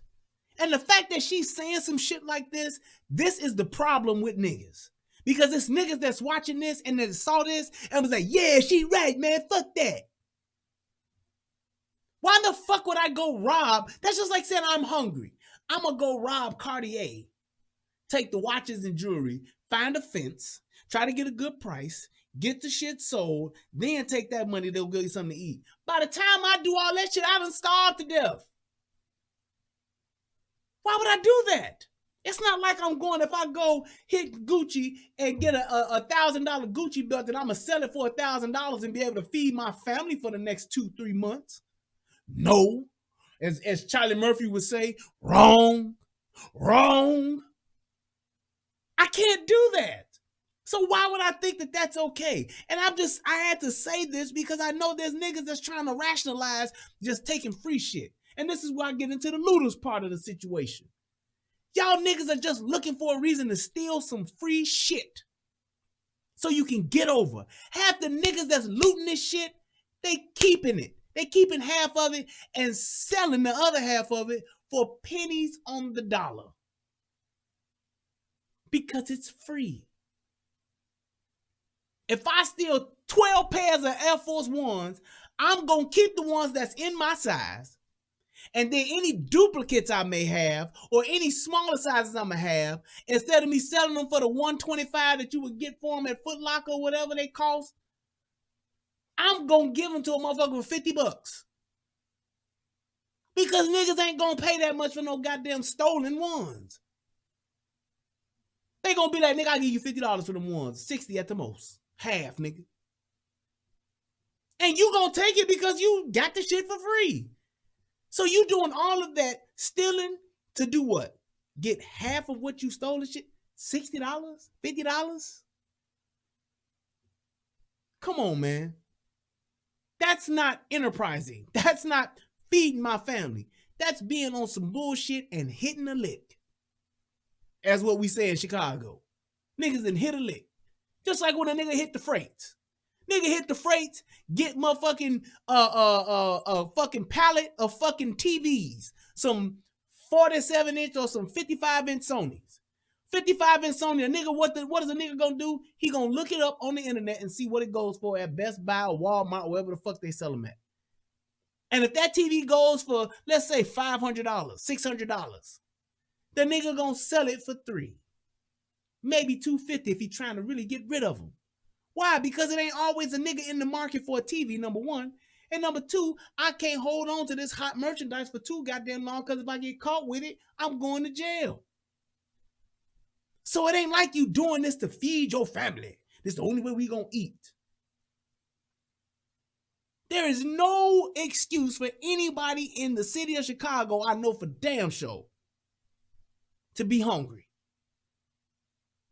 Unless your ass ain't got no papers, unless you ain't no citizen or some shit like that, then hey, that's different.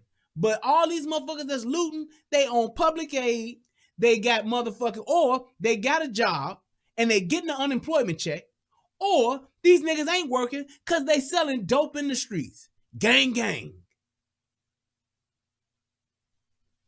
That's it. That's who the niggas are in the hood. You either ain't got no job and you on public aid, you either got a job and you getting unemployment, which means you have income, or you selling dope. Plain and simple. Or you robbing a dope man. Either way, you getting money. Ain't not a nigga in the hood that know what's really good, that's grown, that's starving. Now, maybe some kids are starving, some kids can go hungry, because these ain't shit mamas take that link and they go and sell it, as opposed to feeding they having food for their kids. I know plenty of ain't shit motherfuckers that will take $1,200 in link, sell 800 of it, and buy $400 worth of food that's going to be gone in a week. Don't buy shit but $50 worth of fucking ramen noodles and say, y'all better eat that. Then when it's gone, it's gone. Because I done sold this link for 800, then got at least 500 for it, and now I'm about to go get high. Somebody stop me if I'm lying. Just stop me when I tell a lie. That's what it is. Niggas that's really in the hood, niggas that's really from the hood, you know it's fucking resources there. Legally and illegally. And the only motherfuckers that's really suffering in these hoods are the children. These young adults, these young niggas that's out here in these streets, they know how to get money. They know how to keep themselves fed. They know how to get this bread illegally or legally. So her talking about that's reparations. That's a way for us to die. They got insurance. You right. These companies do have insurance. Here's the thing though, Miss Black Lives Matter, I'm a dumbass. The insurance that they get, yes, they will get reimbursed for that. However, once they get reimbursed, that company now has a choice. Either I can stay and rebuild, or I can leave and go open up somewhere else.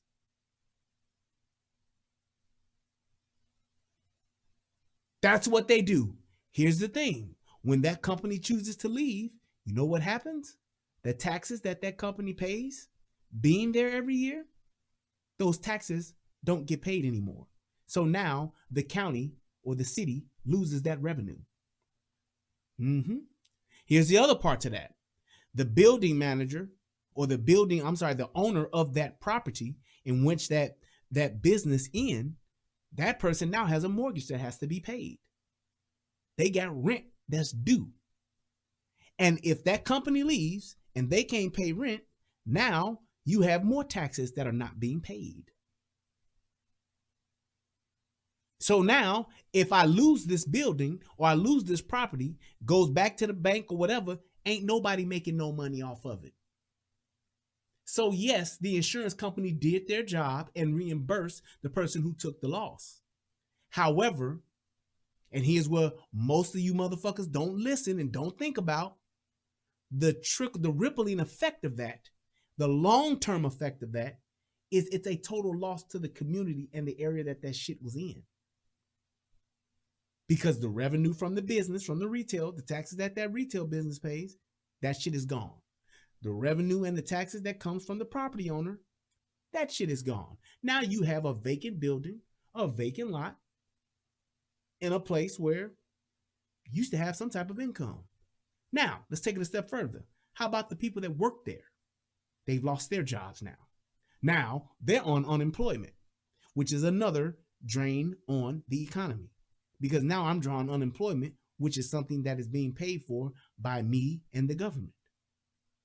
Because I work for it and I put in for unemployment, but I'm only going to get it for so long. Now I can't spend the way I used to spend because I'm only getting 2/3 of my paycheck. Well, even when I got the $600 bonus or the $400 bonus, whatever it is I was getting on top of that to help my ends meet, it's still not going to continue to meet the way it should. So you see how everybody starts to lose? When you fuck with the economy, that's what capitalism is about. And when you fuck that up and think a free lunch is the way to go, a free lunch only lasts for so long before it ain't free no more. And all the while you thinking it's free, it's costing you long term. Why would I go, even if I'm a big business, if I'm a Best Buy, if I'm a Target, if I'm a Walmart, do you know how much of a hassle it is as a retailer to go in, rebuild, pay all this money, get all these people back employed, get business going again to the point to where you turning a profit, you hitting budget? You take the insurance money, put it right back into that store, get it rebuilt and do all of that shit. It's a problem. It's unnecessary labor that I'm doing for one, maybe two stores in the fucking hood. Why would I do that? Most of those stores that are in the low income areas ain't making that much money no way because niggas ain't shopping like that. And the other part to that is too, niggas are stealing more shit than they probably motherfucking buying. So why would I reopen? Why would I reopen? Just tell me that. It's more of a hassle for me to reopen. I got to worry about motherfuckers stealing. Now I got a shrink issue. 7.5 years of retail. So now I got a shrink issue. Now I got to either hire more police or I got to hire private security. Now that's more money, more labor going out the door. And these niggas ain't really buying that much shit no way. Now I got to deal with these niggas getting locked up every day, shoplifting. Now I got to have somebody go to court to testify that I'm paying to do it. Now I got to pay a lawyer to try to prosecute these niggas, which is no money. It's nothing but a waste of money to prosecute a broke motherfucker about the shit they stole. What, you may recover maybe what, 20% of that, 25% of the shit that you lost? But when you look at the lawyer fees, when you look at the labor costs, when you look at all of that shit, it's a total loss. Why would I deal with that? when I got a store 25 miles outside of this neighborhood, of this area, that's fucking booming. Making me bringing in $50 million a year.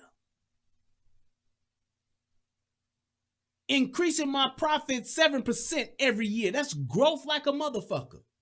Why would I deal with this shit in the hood when I can deal with this shit out here?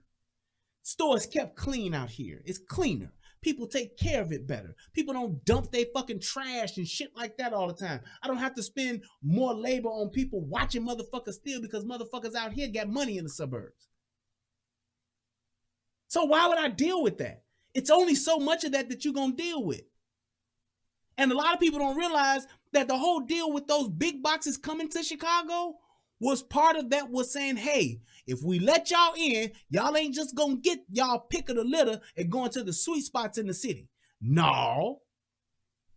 Y'all gotta put one or two of these big boxes that y'all want to bring, Walmart, Target. Y'all gotta put a couple of these in the fucking hood, in low income areas. And it was because of two things.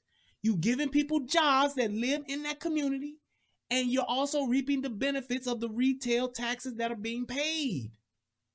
But you niggas want to go and tear that up because you mad. And then you got a stupid bitch like this telling you it's the thing to do because that's reparations. Reparations ain't 5 pair of some gym shoes. Reparations ain't 8 jogging suits from fucking Nike or Champion. That ain't reparations. That makes sure that person has clothes. That's reparations. You dumb reparations. Bitch. Anything they want to take it, because these businesses have insurance. That y'all wind up paying the ultimate price for. Y'all wind up paying the price for that shit. In all reality, what usually happens in like a mom and pop store like that, let's just say that was a privately owned business. It wasn't no corporation or no shit like that. Ain't no big box. Let's just say it's Brian's toys and things. And I'm selling shit, but I steady got niggas stealing. You know what I have to do? I either have to close up shop or I got to raise my prices. Because what I'm losing in margin from the shit y'all stealing, the only way I can compensate for that is to raise the price of the shit that I'm selling. So when you go into these local stores or you go into these stores and you see, why this shit so high here? It's because there's more niggas stealing than it is buying. Or you got a motherfucker, shout out to the motherfuckers that come from overseas. They just come over here to get just enough, give y'all just enough fuck shit and bullshit to where they getting all of the little pennies that you do have. And they let you go, hey, don't worry about the tax. You know why they giving you no tax? It's because when them motherfuckers come over here and they open up a business, they get a tax break for 7 years. Didn't know that shit, did you? They don't have to pay taxes for 7 years. And then you know what they do? When they get around to that 7th year, they go ahead and they give the business to another motherfucker like their cousin or like their brother that just came over here, and they give it to him. Now he's getting the tax break for the next 7 years. And then you know what he do? He sell it to his brother. He sell it to his cousin. That's what he do for 7 years. That's exactly what that shit is. Right, he said that's not reparation, that is stealing. Exactly. What if I came to your house and took some shit out your house and you said, hey man, what you doing? Oh, these are just reparations. No, nigga, that's stealing. It's crazy, man. You got Papa Doc and B Rabbit. Shit's crazy, man. Shit is crazy. And I don't know why people are just thinking that this shit is okay to even say, first of all. But now you talking like this is the thing to do? Man, that's absurd. I want to show you this other one here, what they did to the police. Look at this shit. No, they not. No, the fuck they not. Oh my God, they came over here to talk to them that they violated. Yo, they violated them. They violated them. No, they violated them. Oh, they not stopping. Oh my God. Y'all get back in y'all car. Black. Oh my shit. God, look, they laughing at them. What they saying?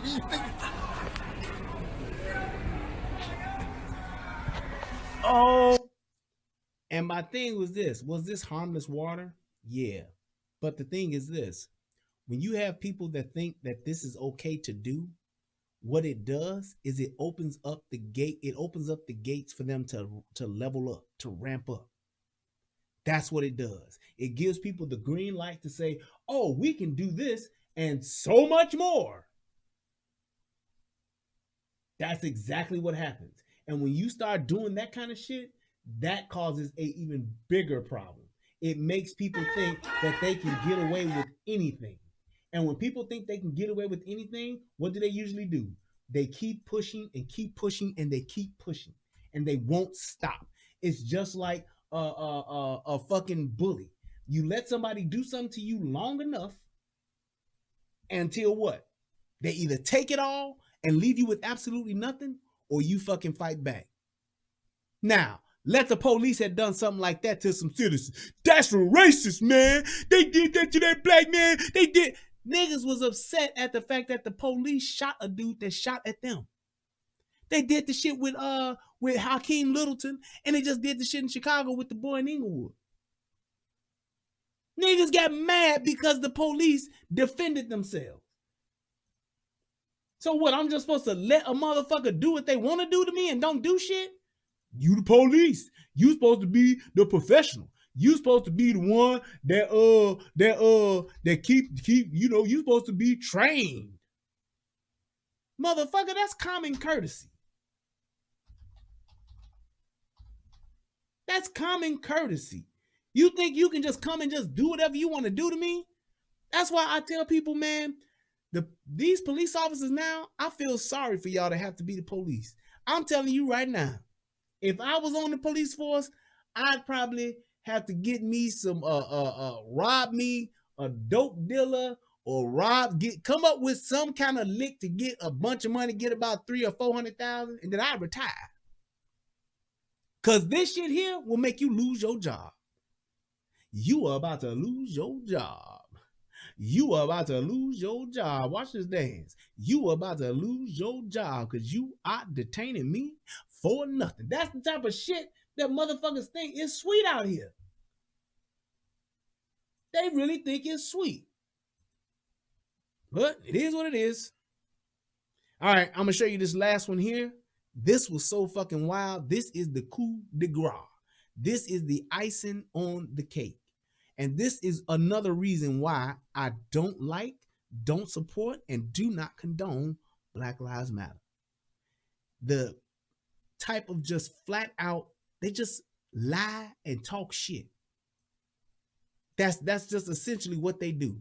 We're going to say a bunch of lies, talk a bunch of shit, and hope you go along with it. Just hope you go along with the shit. Watch this shit here.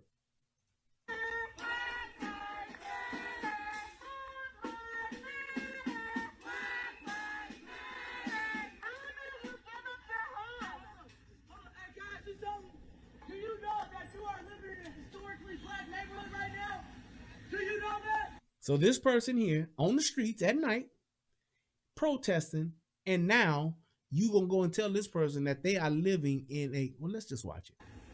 Do you know that before Joe White ass came here, this was all black people? Do you know that? Do you know that? Do you know people like you came in here and basically bought all the land from the black people for less than what it was worth, kicked them out so you could live here? Do you know that? Yes. Do you know that? Because if you don't, now you fucking do. Now do something about it. Yeah. Open your wallet. What are you gonna do? Open your wallet. You live in a historically black neighborhood.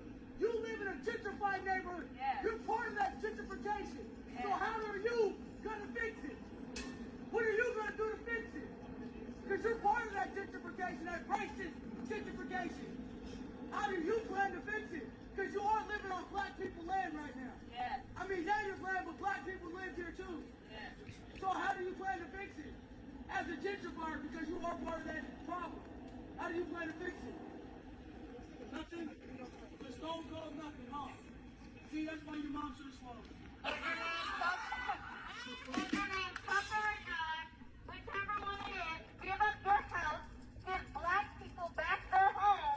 Do you hear this shit?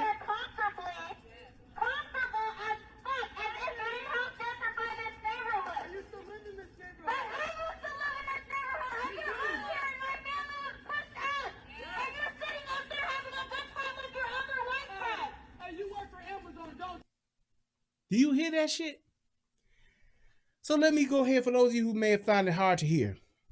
This motherfucker said, this lady, man, lady, whatever you want to call it, don't matter. But she got up there, she said that you are living in a historically black neighborhood. You bought the property, okay?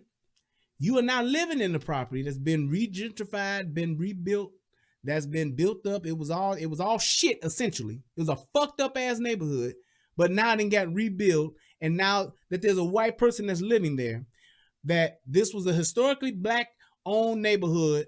This is historically black land, and what are you gonna do about it? Because you done took this land, you done took these homes from black people. Do you understand how dumb that is? So you telling me that because I decided to buy or rent a place in an area, regardless of what the fuck it was before, I'm here now? You're telling me that and thus you heard the other bitch talking about up in your wallet. You telling me that on top of my mortgage or on top of my motherfucking rent that I'm paying every month, I need to just give y'all some money because y'all some broke ass niggas and y'all niggas want to live here? Or y'all ain't gonna be able to live here because you can't afford to live here. But now to make it better or to make it right, I have to give y'all money. Tell me that ain't extortion. Tell me that that's not terrorism. That's some old payola shit. That's some old neighborhood pay for protection. That's the shit that the mob used to do to motherfuckers. You gonna stay in the neighborhood? That's what you gotta pay for protection now? I wish. I don't even wish that I lived in the neighborhood. I wish I would have been friends with them motherfuckers and they was having me over for a party or some shit or for dinner. I wish I would have just been there. Because I would have came to that window, I would have said, let me tell you something, player. Yeah, I live here because I can afford it. Yeah, player, I don't give a fuck if this was historically black, white, Asian, or whatever. I'm here now, bitch. And the fact that you out here disturbing me and my friends while I'm trying to have a good fucking time, I find it offensive. So fuck you and fuck every last one of y'all out there. And if any of y'all got something to say about it, let's get down how you live. Let's do that. Now, y'all motherfuckers want to come and talk shit? Throw your bottles of piss up here so I can throw some of these back down there. That's what we gonna do. If y'all wanna, since y'all trying to put me in my place and tell me what I need to do, I just told y'all I ain't gonna do shit. I'ma live in my nice motherfucking house. I'm gonna live in my nice ass condo or my apartment, wherever the fuck I'm at, and I dare one of you motherfuckers to come and get me up out of here. Now, Black Lives Matter, I tell you what, all y'all motherfuckers gonna be on the news tonight if you keep on. Now, how about that? Take your flashlights, take your megaphones, and take whatever the fuck else you got, and take that shit up the street. At the end of the day, you can walk up and down this historically black neighborhood all you want, but this is my motherfucking house right now, player. Now, get on your megaphone and talk that shit. That's what I would have told him. And that's why we need the Second Amendment. So that you can go down there and you can deal with motherfuckers like that. Because if you call the police with Lori Lightfoot telling you motherfucking police officers you can't do shit, then you got to deal with them niggas. You got to let them tear your shit up. You got to let them tear your house up. You got to let them throw bottles and shit at you. Because the police ain't going to do a goddamn thing. But I tell you one thing, what a man can do with a motherfucking AR-15, that's why you need a 30-round magazine, because you got 300 niggas down there. And no, I don't need a bullet for each and every one of them. But if I can lay down about 30 of them, I'm sure the rest will get the message. I'm sure the rest of them will get the message. That's exactly why you need to be able to have a fucking gun. You need to be able to have a fucking rifle. Is so that when you do have shit like that, you got a bunch of motherfuckers who come in to tell you what you need to do. You can tell them, fuck you, and you got some backup. That's why they have guns. So you ain't got an army. So when you get an army of motherfuckers talking about what they gonna do, you can show them what you gonna do. That's why you need a 60-round drum. Because if it's me by myself trying to protect my family, what if I'm at my family right now and my kids are asleep, my wife is at home, and I got some punk ass motherfuckers out there trying to tell me what I need to do? I need 60 rounds to be able to shut them niggas down. That's just like the police officer in Wisconsin that had got his motherfucking house shot up. I'm sorry, it wasn't even his house. He was at his girlfriend's house. Them motherfuckers from Black Lives Matter and Antifa came to that motherfucker's house, came and tore the paper, threw shit at their crib, broke out a fucking window, and then they shot a gun through that motherfucker's back door. And he didn't do shit. Cause he shot somebody. Motherfucker, that's what the fuck happens when you the goddamn police and the motherfucker is shooting at you. The shit was justified. And if it wasn't, if he's on suspension, that don't give you the right to go and exact justice on the motherfucker. Everybody deserves their day in court. And them motherfuckers went to this dude's house and literally terrorized him. Foreign and domestic motherfuckers. Y'all pull some shit like that, come to my house. I remember when I first got on YouTube, y'all remember that show I did? I think it was it on the You Dig? When that Haitian bitch was talking about, yeah, I'm Posh Remy with the Porsche. I'ma send 60 Haitians to your door. I'm like, I just had bought a 60-round drum. Send them. No, she said, I'm gonna send 100 Haitians to your door. I said, that's cool, because I just brought a 60-round drum, and I guarantee you that 60 of them motherfuckers ain't gonna make it. They ain't gonna make it. But you see, when a motherfucker know you ain't got shit, when a motherfucker know you done had to turn in your guns or they done confiscated your guns like in motherfucking Canada, when Black Lives Matter and Antifa go up their way and start telling them motherfuckers what they gonna do and what they ain't gonna do, you can't talk back to them. You can't do shit when it's 100 motherfuckers outside your door. And that's the problem. So when you hear these motherfuckers talking about gun control, when you hear these motherfuckers talking all this shit, because right now, and I'm not saying that these people were there to do those people harm. I'm not saying that. But what I'm saying is this is how it starts.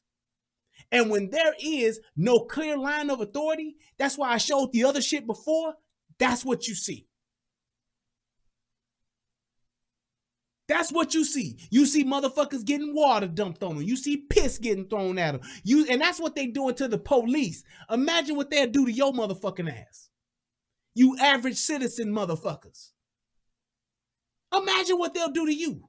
If you just sitting there trying to defend your own home that they feel you shouldn't be in because they feel. Fuck facts. Fuck the fact that you paying for this shit. Fuck the fact that you going to work every day and you earn this shit. They feel you shouldn't be on it because that's historically black land. Well, it was the natives first, but now it's blacks. It's theirs too. Oh, so why the fuck ain't you out here giving the land back to the natives? You poor righteous teacher motherfucker. Why ain't you rocking that funky joint? Saying, yeah, we black people, we was brought here slaves, but before the slaves, it was Native Americans here. So we want to get the land back to them. Why ain't y'all doing that? Why ain't that bitch talking about that? She just gave them a shout out. Well, it was Native American too, but it's historically black land. Right. Goes to show just how righteous you are, huh, bitch? You gonna take what was taken from the Native Americans, you gonna take it for yourself as opposed to giving it back to its rightful owner. Ain't that some shit? Pulled up in the CADILL bumping AC. That's crazy. And the fact that these motherfuckers are emboldened to do this, I'm telling y'all motherfuckers better get in positions to fight for yourselves. Be in position to fight for yourselves. Make sure that you have the tools necessary to defend your life, defend yourself, and those of your and that of your loved ones and your family. Because depending on the motherfucking police to do it, you see what happens when the mayor sends out a message saying, don't y'all do shit. Ain't shit getting done. You fucked. You saw what happened in Seattle with Chop and Chaz, or Chaz, Chop, Chaz, whatever the fuck you want to call it. Motherfucker was over in that little police-free zone dying. There was a father who lost his son over there and didn't nobody do shit. My son got murdered and ain't nobody got shit to say. Nobody got nothing to say. Ain't no Black Lives Matter showing up. Ain't no police showing up. Nobody did a goddamn thing. And that man lost his motherfucking son due to some violent fuck shit that the Chaz people was running. His blood is on their hands and ain't none of them motherfuckers being held accountable for it. They just walk on by. These niggas died.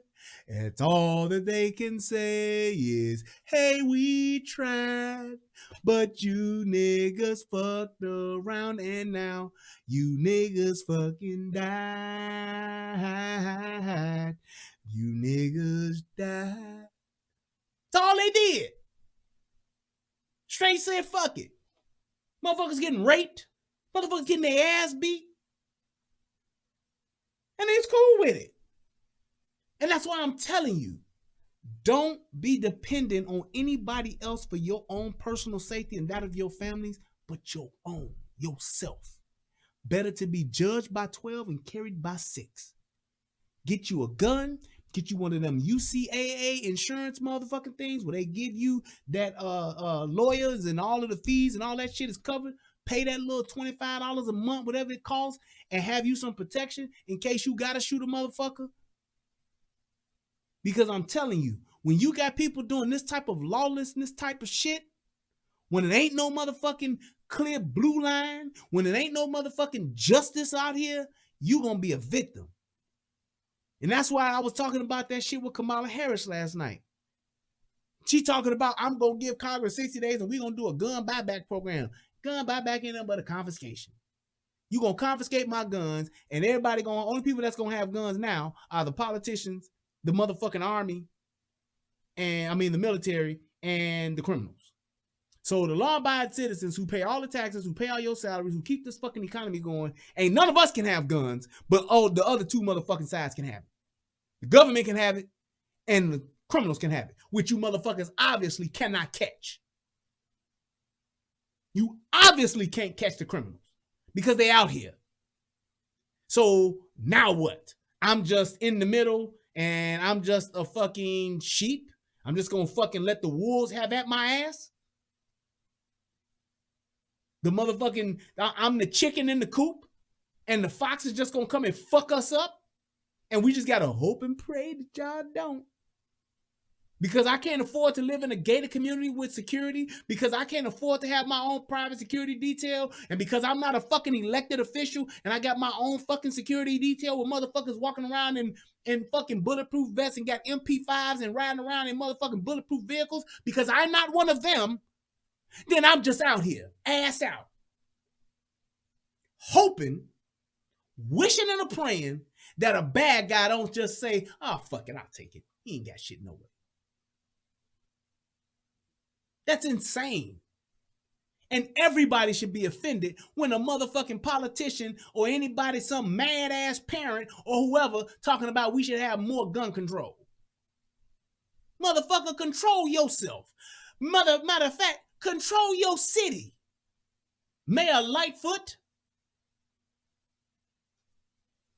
control y'all city and we ain't got to worry about gun control. That's the problem. Stop trying to blame Trump on the fucked up shit that's going on in your city. You have an army of police officers, 20,000 strong, and you can't get shit under control. You don't need to be the mayor. Plain and simple. If you got a police department of 20,000 plus, 25,000 plus, and you can't control shit in your own city when shit hits the fan, you don't need to be the mayor. Somebody else should. You need to be the treasurer. You need to go be the comptroller. That's what you need to go do. Mayoring, if that's a word, ain't for you. That's all I got to say about that. This mayor shit, you ain't built for this. You're just not. So it's like we need to make sure that we are looking out, and this is one of the main reasons why I do this, y'all. Because I want y'all at the end of the day, look out for yourselves first. Yes, I want to help my fellow man. Yes, I want to help us black people be better fucking people and have better lives because it's possible. And it all starts with personal accountability, personal responsibility, standing up for yourself, thinking for yourself, and having your own. That's where independence and true freedom comes from. The Black Panthers, Martin and Malcolm and them, all they wanted was the opportunity to have their own. They didn't ask a motherfucker to give it to them. They wasn't begging a motherfucker to hand it over to them. All they said is, man, look, get the fuck out my way and let me get my own thing. Let me do my own. Let me have my own company. Let me work my own job. Let me get my own money. Let me have access to the same funds everybody else got access to. Let me apply for a loan and get approved just like you. Let me then start my own Black Wall Street just like y'all got y'all's. Let me do that. It's a Hispanic Wall Street. It's a Black Wall Street, a white Wall Street, an Asian Wall Street. Fine. Stop talking about and complaining about the two that got torn down. Plenty of white shit that got torn down. And you know what they do? They build the shit over again. What happened when that flood and shit hit motherfucking Houston a couple of years ago? The motherfuckers were rebuilt. What happened when they knocked down the towers? Rebuilt. What happened when they bombed Pearl Harbor? Rebuilt. That's what they did. They didn't go to China and say, China, y'all see what they did to us? The Japanese hit us. Can y'all? They say, hey, look, man, these motherfuckers done hit us. They done fucked up our shit. We got motherfucking soldiers dead. Send everything we got over to that motherfucker. That's what they did. Go watch the movie Midway. Watch Midway. See what they did. They fucked us up, and it was all because a bunch of motherfuckers was getting intel but wasn't believing the shit. Nah, they were doing that Dr. Hibbert shit. Heavens no. Japan would never. Heavens no. And once it happened, they said, oh shit. They didn't go to Japan and say, Japan, we want reparations. Japan, y'all need to say y'all sorry for what y'all did. They took that shit on the job. They're like, okay. That's what you gonna do? You just gonna bust my lip like that? I got you. Let's go. Five these bombers. Drop them. Hey, y'all German dudes? Yeah, you. Yeah. Yeah, you motherfuckers that came over? Yeah. Did y'all get that bomb together? Y'all, it's almost finished? Okay, give me 2 of them. Yes, I said 2 of them. Yes. Put it on my bill. That's fine. Give me 2 of them. Yes. You can have it. Okay. Thank you. You know what they did? Hey, look. Don't drop one. Drop both of these motherfuckers on their ass. Because at the end of the day, I ain't trying to get no get back. I want these niggas to feel the full wrath. I don't never, ever want these motherfuckers to ever think they can pull it again. Devastate their ass. Drop not 1, but 2 atom bombs on them motherfuckers. Y'all ever even heard of Japan coming over here to fuck some shit up again? You ever even heard of it? Have Japan ever even roll a motherfucking jet ski on the coast of Hawaii without our permission? Have they ever done it?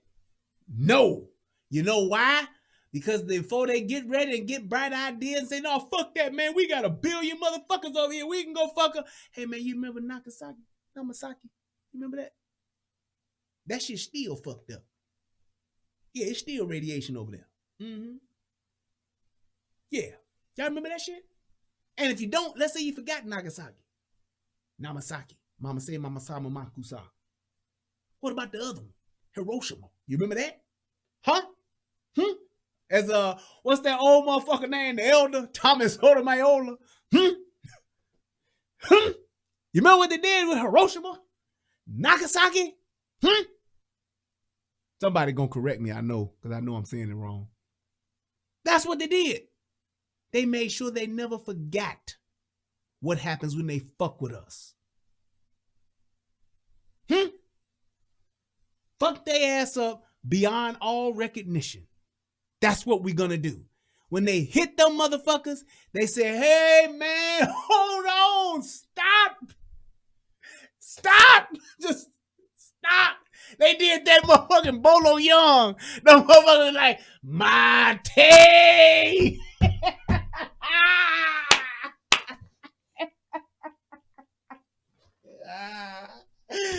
Well, the USA, we put Japan in a motherfucking headlock and was like, say it. Say it. Say it. That motherfucker Japan was like, Mate. I stop it, please. We went over there and we whooped their ass in the Kumite. That's what the fuck happened. Japan talked that shit with the Kumite. We came over there, Frank Dukes their ass. That's what happened. That's all that shit is. You want to know what happened with Nagasaki and Hiroshima? It was the Kumite. That's what it was. That's all it was. We sent over Frank Dukes twice and fucked their ass up. And that motherfucker said Mate after that. And they've been cool with us ever since. Cooler than a fan. Cooler than a fan. You ask them niggas about, hey man, we Japan, man, we cool with all the gangs. We ain't got no problems over here. That's what they did. Because we made sure they didn't forget. So tear it up if you want to. We gonna rebuild it. And we're going to make sure that y'all never tear it down again. That's what I'm getting across to black folks. Stop spending your money in these other motherfucking non-black neighborhoods. First, shop with your people. Shop in your hood first. Let that dollar circulate around. Then you go out to some other place and get your stuff. And yes, you ain't gonna always get the best and the brightest. Yes, you will not always get the best of the best, and it ain't gonna always be the best price, but you still are reinforcing and establishing your own economy. That's how it needs to be. As much as niggas are sneakerheads, we should have at least one company that's black owned that makes shoes that's reasonable. And I know motherfuckers gonna say Kanye West make Yeezy, but yeah, Yeezys cost you motherfucker $1,500. Easy, you buy you a pair of Yeezys, motherfucker. That's the same cost as some goddamn red bottoms. But still, to pay a little bit of money for somebody that's making their own shoes, and I'm telling you like this, here's another problem. Niggas make shoes. And niggas try to get their own shoe companies, but then they do some old wilding out shit. Make some basic shoes. Some simple shit that look decent. It ain't got to be all fancy. Oh, this is aerodynamic. This is some space shit. It's like every time niggas get to make some shoes, they make some out of the fucking universe type of shit. Make you some shit that look like Nikes. Call them Ikes. Shit. Call them Ikes. Niggas don't wear Nikes. Niggas wear Ikes. That's what we wear. Fuck y'all. Got them in all the colors. So they match our shirts. We got them in all the baseball and football team colors, so they match our favorite teams. And wear your Ikes, nigga. Fuck that. Instead of drinking motherfucking Wild Irish Rose, drink Ciroc. You got to spend a little bit extra money, fine. Call them Ike and Tina's. Right. That's what I'm talking about. There you go. Shit. Women buy Tina's, men buy Ikes.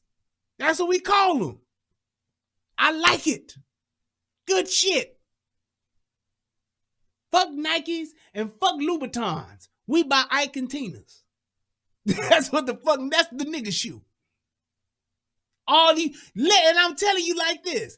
Let somebody like Offset, let somebody like Drake, let somebody like Weezy start wearing Ikes. Lil' Kim and Cardi B start wearing Tina's. Ike and Tina's shoes. I got the mic, man. New Ikes come out and release some every 4 months, every 3 months. Every 3 months. Hey, you got them new Ikes coming out? Yeah, man. I had to get my girl the Tina's, Joe. Oh, that's what's up. Y'all got the Ikes and the Tina's on. I see you. It sounds crazy, and yes, it's funny as shit, but tell me that shit wouldn't work. We are the ones that influence hood culture. We influenced hip-hop. We influenced the whole motherfucking rap scene. All of that shit, we influence entertainment. We do that shit. And I'm telling you right now, you come up with a decent looking shoe and you get the motherfucking main influencers and get Future to wear that shit. Ike's off. That's what I'm telling you. Fuck mask off, Ike's off. That's how you start to do your own thing. Now you got a black-owned company that's making its own money, employing its own people. You got a outlet store. You got shops all over the hood. You got to have 30 million of them, but you have a couple of hundred stores. Plenty of motherfucking sneakerheads in our community, and they can really make some fucking money. Sell them for $100. The shoes gonna cost you like $12 to make. $100. Hell, I would buy some. I'm not a sneakerhead like that. The only Jordans I like are the 11s, the 12s, and the 13s. Well, the ones are straight and the 4s. But if I had my pick, if I hit the lottery tomorrow, I'd be like, send me the 11s, the 12s, and the 13s in every fucking color. That's what I would do. Send me 2 pair each, so I can have a backup. That's what I would wear. They're my favorite ones. But if you had some motherfucking Ikes, the same, ain't got to be like them, but just some Ikes, that's some decent made gym shoes. That's $100. Why not buy them? Get some for your kids. I get some for my kids. You get some kids with some lights in them. You could do that shit. That's how we motherfucking do our thing. That's how we make money. That's how we establish ourselves and get an empire where you ain't got to worry about no discrimination. You ain't got to worry about not getting a job because you ain't white. You ain't got to worry about not getting a job because a Mexican took it. You ain't got to worry about not getting a job because they wanted an Asian person in there or they wanted a Becky in there. You ain't got to worry about none of that. When you shop and you buy Ike and Tina, that's what you buy, then you ain't doing nothing but helping Ike and Tina. You turn Ike and Tina from a mom and pop shop to a motherfucking billion-dollar industry. Now you got Yeezys if you got money, and you got Ikes if you ain't got that much money. Your everyday kicks. I'm going to cut the grass. Let me throw my Ikes on. I'm going to run to Walmart. Let me throw my Ikes on. I'm going to wear my Yeezys later on tonight at the club. Just saying. He said like we did TD Jakes. It's like even when you look at that.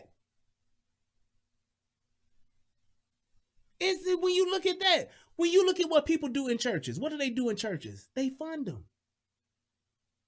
Now, how the church spends the money, that's on y'all. And the church that you go to and the church you support. I ain't got nothing to do with that. But when you look at what churches do, what do? They pay their tithes, their offerings. They have their special offerings. When they want a new building, they put their money in it. When they have whatever it is they have, they go and pay for it. We need a new church van. Everybody put up $100. Everybody bring $200 next Sunday. Everybody donate $1,000. Let me get 50 members that can donate $1,000. We get a $50,000. We can buy 2 church vans. Two church vans for $25,000 a piece. How did they do it? They funded it themselves. That's it. You look at you look at TD Jakes. TD Jakes got books. TD Jakes do workshops. He got manpower. All that. He do all of that stuff. Wow, because the people are putting their money behind it. What's the difference between a TD Jakes and a whatever, whoever, the next entrepreneur? That's all it is. So it's like we have to take that serious. DLR says, I don't agree with this message. Black consumers should not prop up black businesses offer inferior products, services just because they're black owned. Competition is best for society. Here's where you wrong, DLR. Because you are a new business, you don't always have the best. You don't always have access to the best. You just don't. You just don't. Look at Dollar General. Look at the dollar store. How come the black people can't own the dollar store? Fuck, we shop at the motherfucker.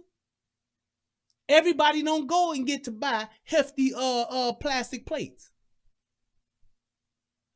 Everybody don't have the money to go and buy the best of the best.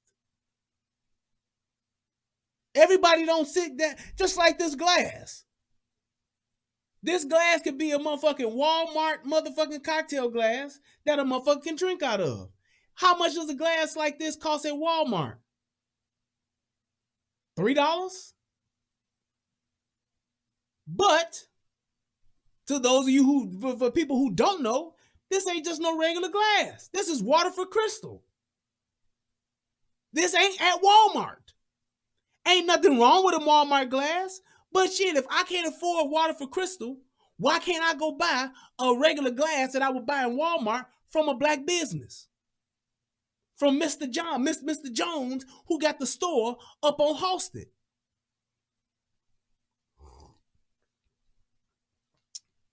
Is Mr. Jones' glass gonna be as clear as this? No. It's not. Is Mr. Jones' glass, because it's not crystal? I don't know if y'all can hear that. You can't hear that sound that it makes when you rub the finger around for the crystal. But is Mr. Jones' glass gonna do that? No, it's $3. I can't afford crystal, but I can still support Mr. Jones' business. Now, hey, Mr. Jones get his weight up, he get his buying power up. If he has more buying dollars, he got more buying power, then yes, he can get crystal at a better price. See, that's retail. Do y'all realize how do you know how Walmart get they shit? How they get to have the motherfucking 55-inch TV for $300? It's because of their buying power. Walmart, and that was one of the things about the monopolization of Walmart. Walmart was at the point to where they had to actually get a law enacted because of what Walmart was doing and how it was fucking up other retailers. It was putting them in a position to where they would have had a monopoly. Walmart was the motherfuckers that was coming and they were dictating prices to the manufacturers. So like if I'm Toshiba or if I'm HP or if I'm Dell and I make a laptop and I say I'm gonna sell this laptop retail price, I'm gonna sell this laptop to the retailer for $800. The manufacturer's suggested retail price is $1,200. Walmart will come and say this. Look, I'm gonna buy that laptop that you selling to us for $800. Now I'm gonna only buy it for $5. Here's the thing, I'm gonna buy 100,000 of them. What that does to the other companies though, to like a Best Buy, a Target, or a Circuit City or whatever, they can't afford to lowball them because they don't have 1,000 stores. They don't have 2,000 stores. They don't have groceries and shit like that they can sell to offset that shit. So Walmart will get that laptop for $500 because they buying 100,000 of them, as opposed to all the other retailers who are only buying 10,000 per se. My numbers ain't all, but I'm just saying. But then they would turn around and sell that laptop that Best Buy would sell for $1,200. They gonna sell it for $1,000. They getting the same money, but they're undercutting Best Buy. See that? That's how that shit works. And them motherfuckers was getting away with that shit. They was buying motherfuckers out. I make a fucking new widget or whatever it is, and Walmart will say, hey, look, we gonna buy it, and all right, cool, y'all gonna buy it? Yeah, but here's the thing, we want 400,000 of them, and I know you wanted to sell it to us for $10, but you're gonna have to sell it to us for $6. Well, damn, I'm only making 30 cents off of it now, selling it to you for $6. Hey, man, you owe us 400,000 of them. What you gonna do? You either fold or you give them to us at that price. That's strong arm. That's some real G shit. That's gangster.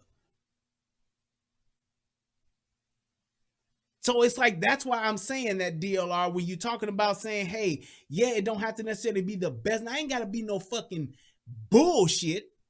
No shit to where you can't at least wash it or some shit like that. You put it in the washing machine and the shit fucking disintegrates. I'm not saying that. But you can still do certain things. Just like, let's say t-shirts, for instance. Now, if you're going to make t-shirts, you can get Gildan t-shirts. Gildan is like probably the best t-shirt brand that's out there. They're durable. They look nice. They don't shrink as bad and all that kind of stuff. They last a good while and they look really good and they fit good. So yes, in that case, you would, get the standard, but it don't always work out that way with different products. It's different shit. Sometimes you do just want to buy some bullshit ass motherfucking paper goods. I'm throwing a party at the motherfucking Force Preserve. I don't need to have the best of the best in fucking, I don't need Chinette plastic plates and cups and shit. Man, give me that dollar store shit.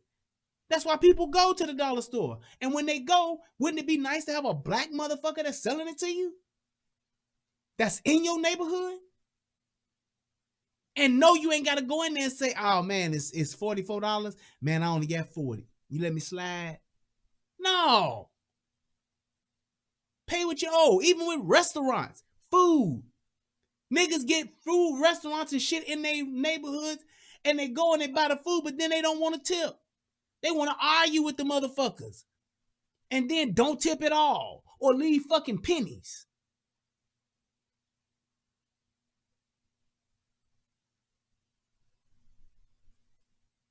Leave pennies. Motherfucker, you got a black waiter. And I'm going to tell you this in all fairness. Black folks' customer service is the fucking worst. Facts.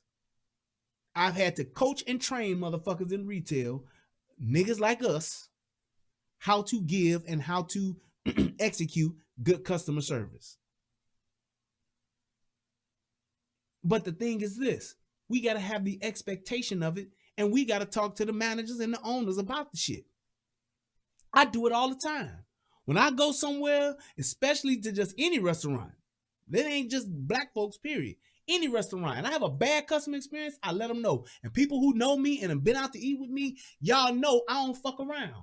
I'm very particular about what I order and the way I order. Whether I'm at motherfucking Portillo's getting an Italian beef, or I'm at motherfucking Gibson's getting a motherfucking tomahawk Scottie Pippen steak. And true and facts, I'm telling y'all right now, anybody, you go to Gibson's and you order the Scottie Pippen, that was us, me and my friends, my brother and I, we called that shit the Scottie Pippen. So 33 ounce Wagyu beef, one of the best steaks I've ever had. 33 ounce tomahawk steak is amazing. We called it the Scottie Pippen. And now they calling that shit the Scottie Pippen. Them thieving motherfuckers. But it's all good. But when I go to either one of them, I'm very particular about what I order. When you get it right, thank you. I had a great experience. When you get it wrong, hey man, what the fuck? And I don't say that, but I talk to the manager. And I know how to do that because I have a high expectation of customer service, especially when I'm paying for a motherfucking $100 steak. You ain't gonna give me no $100 steak that's overcooked. I get my steak medium. I don't get it well done. Hey, sir, come here. There's no pink here. None, not even a smidgen. The whole motherfucker is gray, brown, whatever the fuck you want to call it. That is not what I ordered. You are right, sir. Let me get you another. Thank you.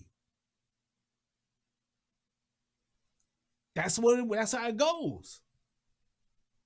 When I'm at Portillo's, hey, I want my Italian beef. Listen to this. I get my Italian beef with big beef.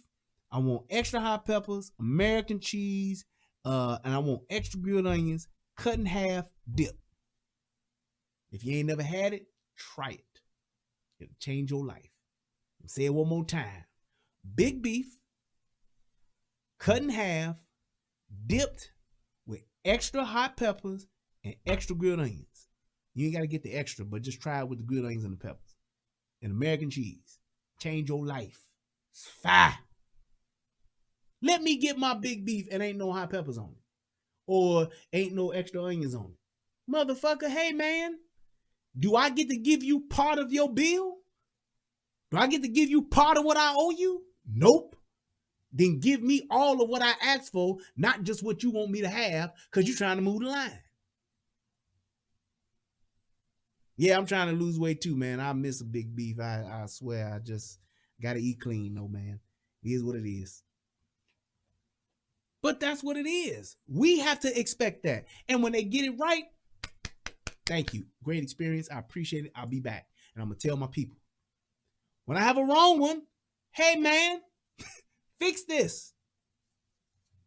And black people, when you are in that situation and you are the manager, you are his. Let me tell you, this is what I want. This is something I used to teach. And I'm going to get out of here after this.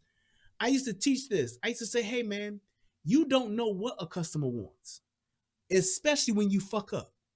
What you do is you take responsibility, you acknowledge it, and then you ask the customer what it is that's fair. You tell the customer, and then sometimes you can do it, sometimes you can't, but you don't know. Don't be so quick to just say, oh, I'm going to give you 20% off, or I'll give you this next one for free, or I'll give you this off. Don't do that. You tell the customer, look here, Mr. Smith, I'm terribly sorry. I'm sorry that this didn't work out for you. It's our fault. We want to fix it. You tell me what we can do to make this right. Well, I want everything for free. I understand that may be what you want, but unfortunately, I can't give it to you for free. Is there something else we can do to make this right? Now, you'll have an asshole that'll say, well, I want it for free, or I want to speak to your manager. Well, I can do that for you, sir, but I'm just trying my best, try to give you something or try to do something that's reasonable, within reason, for us to make it right. That's what you do. Don't just tell them, motherfucker, we'll give you 8% off, or we'll give you the appetizer for free. Sometimes I might want a free appetizer. Sometimes I might just want you to remake it the right way. I really have my heart set on this Italian beef being the way I ordered it. Remake it. And give me the one that you fucked up. That's my move. Because they can't take it back. And if they take it back, they got to throw it away. So why not get your almost right beef and then get the one that is right? That's called overflow in the Christian world. The cup runneth over. That's what that is. Hallelujah. That's what it is, man. That's just like when I order a hamburger or something. Make my burger wrong. I don't do that shit where I go and lift it up and see what's on. I bite that motherfucker. And if it's wrong, hey, man, make me another one and put the shit on it that's right. Well, can I just add it on? No, you cannot. Make me another one. My cousin Tuck, shout out to Tuck, I don't know if he watching or not. This nigga hates cheese on a burger. Now, let me tell you how crazy this motherfucker is, and this is it. I got 3 minutes left, or 2 minutes. Let me tell you how crazy this motherfucker is. This is my cousin, my brother, goddammit. We grew up together. This motherfucker loves macaroni and cheese, will fuck up a pizza, but this nigga can't have cheese on his burger. I don't know. And every time we would go out to eat, he would order a burger and they would just put cheese. Because most places put cheese on the burger. And he'd get that shit and he'll be like, man, they put cheese on this motherfucker. I'd be like, nigga, let's go get another one. But before you do, hand me that.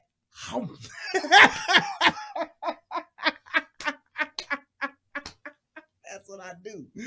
Hey, man, it's cheese on here. I ordered no cheese. Yeah, I bit it. That's how I found out. I would tell people when I order a burger and I don't want pickles on it, we be at McDonald's or some shit, I'd be like, look, I'm allergic to pickles. If it's even a drop of pickle juice on my burger, I will break out into highs and have to have an epic shot. Tell motherfuckers, like, oh shit, make sure ain't no pickles on there. That's what it is.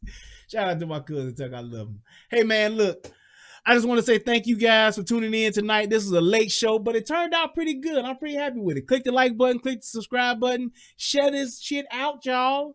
But I'm definitely happy with the show tonight. I'm glad I was able to get some things off my chest and talk about these riding motherfuckers in Chicago. And I'm going to end it up with this after I say thanks to everybody that donated. You still got time to donate, even if you're watching this on the replay now. Done upon the replay. Shout out to my man Quentin. Prince of Petty, that's funny. Hit your boy off with $5. He says, before you even go live, brother. Man, that's what I'm talking about. Thank you, man. Oh, excuse me. Also, shout out to my man B New. Hit your boy off with $20. He says, just supporting my brother. Hey, man, thank you, man. I appreciate that. And also to my man Francois Vasquez, hit your boy off with $25. He says, for a great show. Thank you so much. Oh, I did read these earlier. I'll read them again. It's fine. Also, my man Montreal Rather hit your boy off with $1. He says, thanks for the show, bro. Hey, man, I'm glad you guys enjoyed it. Thank you so much. And my man Leighton Trepp hit your boy off with $25. He says, hey, Brian, I'm crying right now. Hey, man, I'm not that kind of guy, man. Let me tell y'all something. Tommy had me dying with that shit. I'm not that kind of guy. I texted him. I said, dude, I just keep saying that shit and I can't stop laughing, man. Dude, that shit was so fucking funny. It's like, y'all know how I felt about the George Floyd thing. You can watch my video on that. But when he did that remake of that shit, oh, and my man Mega Mortis hit your boy off. I see you. You just popped it in there. Hit your boy off with $20. He says, for quality shows and content. Thank you, bro. I appreciate it, man. Let me hit the PayPal, see if there's anybody over there. But I text that dude. I was like, bro, I just can't stop saying it. I'm not that kind of guy. Yeah, why would I'm just not that kind of guy. Man, that shit was hilarious. God damn it. I tell you. Shout out to my brother. All right. Also, let's see here. I got my man, he says no shout out needed. My man, yeah, but I'm gonna give you a shout out anyway, Mr. Chow How. He hit your boy off with $20. That's what's up. My man Derek J hit your boy off with $50. That's what's up, man. Hey, man, I love when y'all love on me, man. That's what's up. My man Will Robinson hit you. Will Robinson, danger, Will Robinson. I'm sorry, man. I'm from that time when Lost in Space came out. My man Will Robinson hit your boy off. He says neighborhood for Mr. Robinson's neighborhood. Thanks for speaking the truth. Hey, man, thank you, sir, for supporting me. I appreciate it.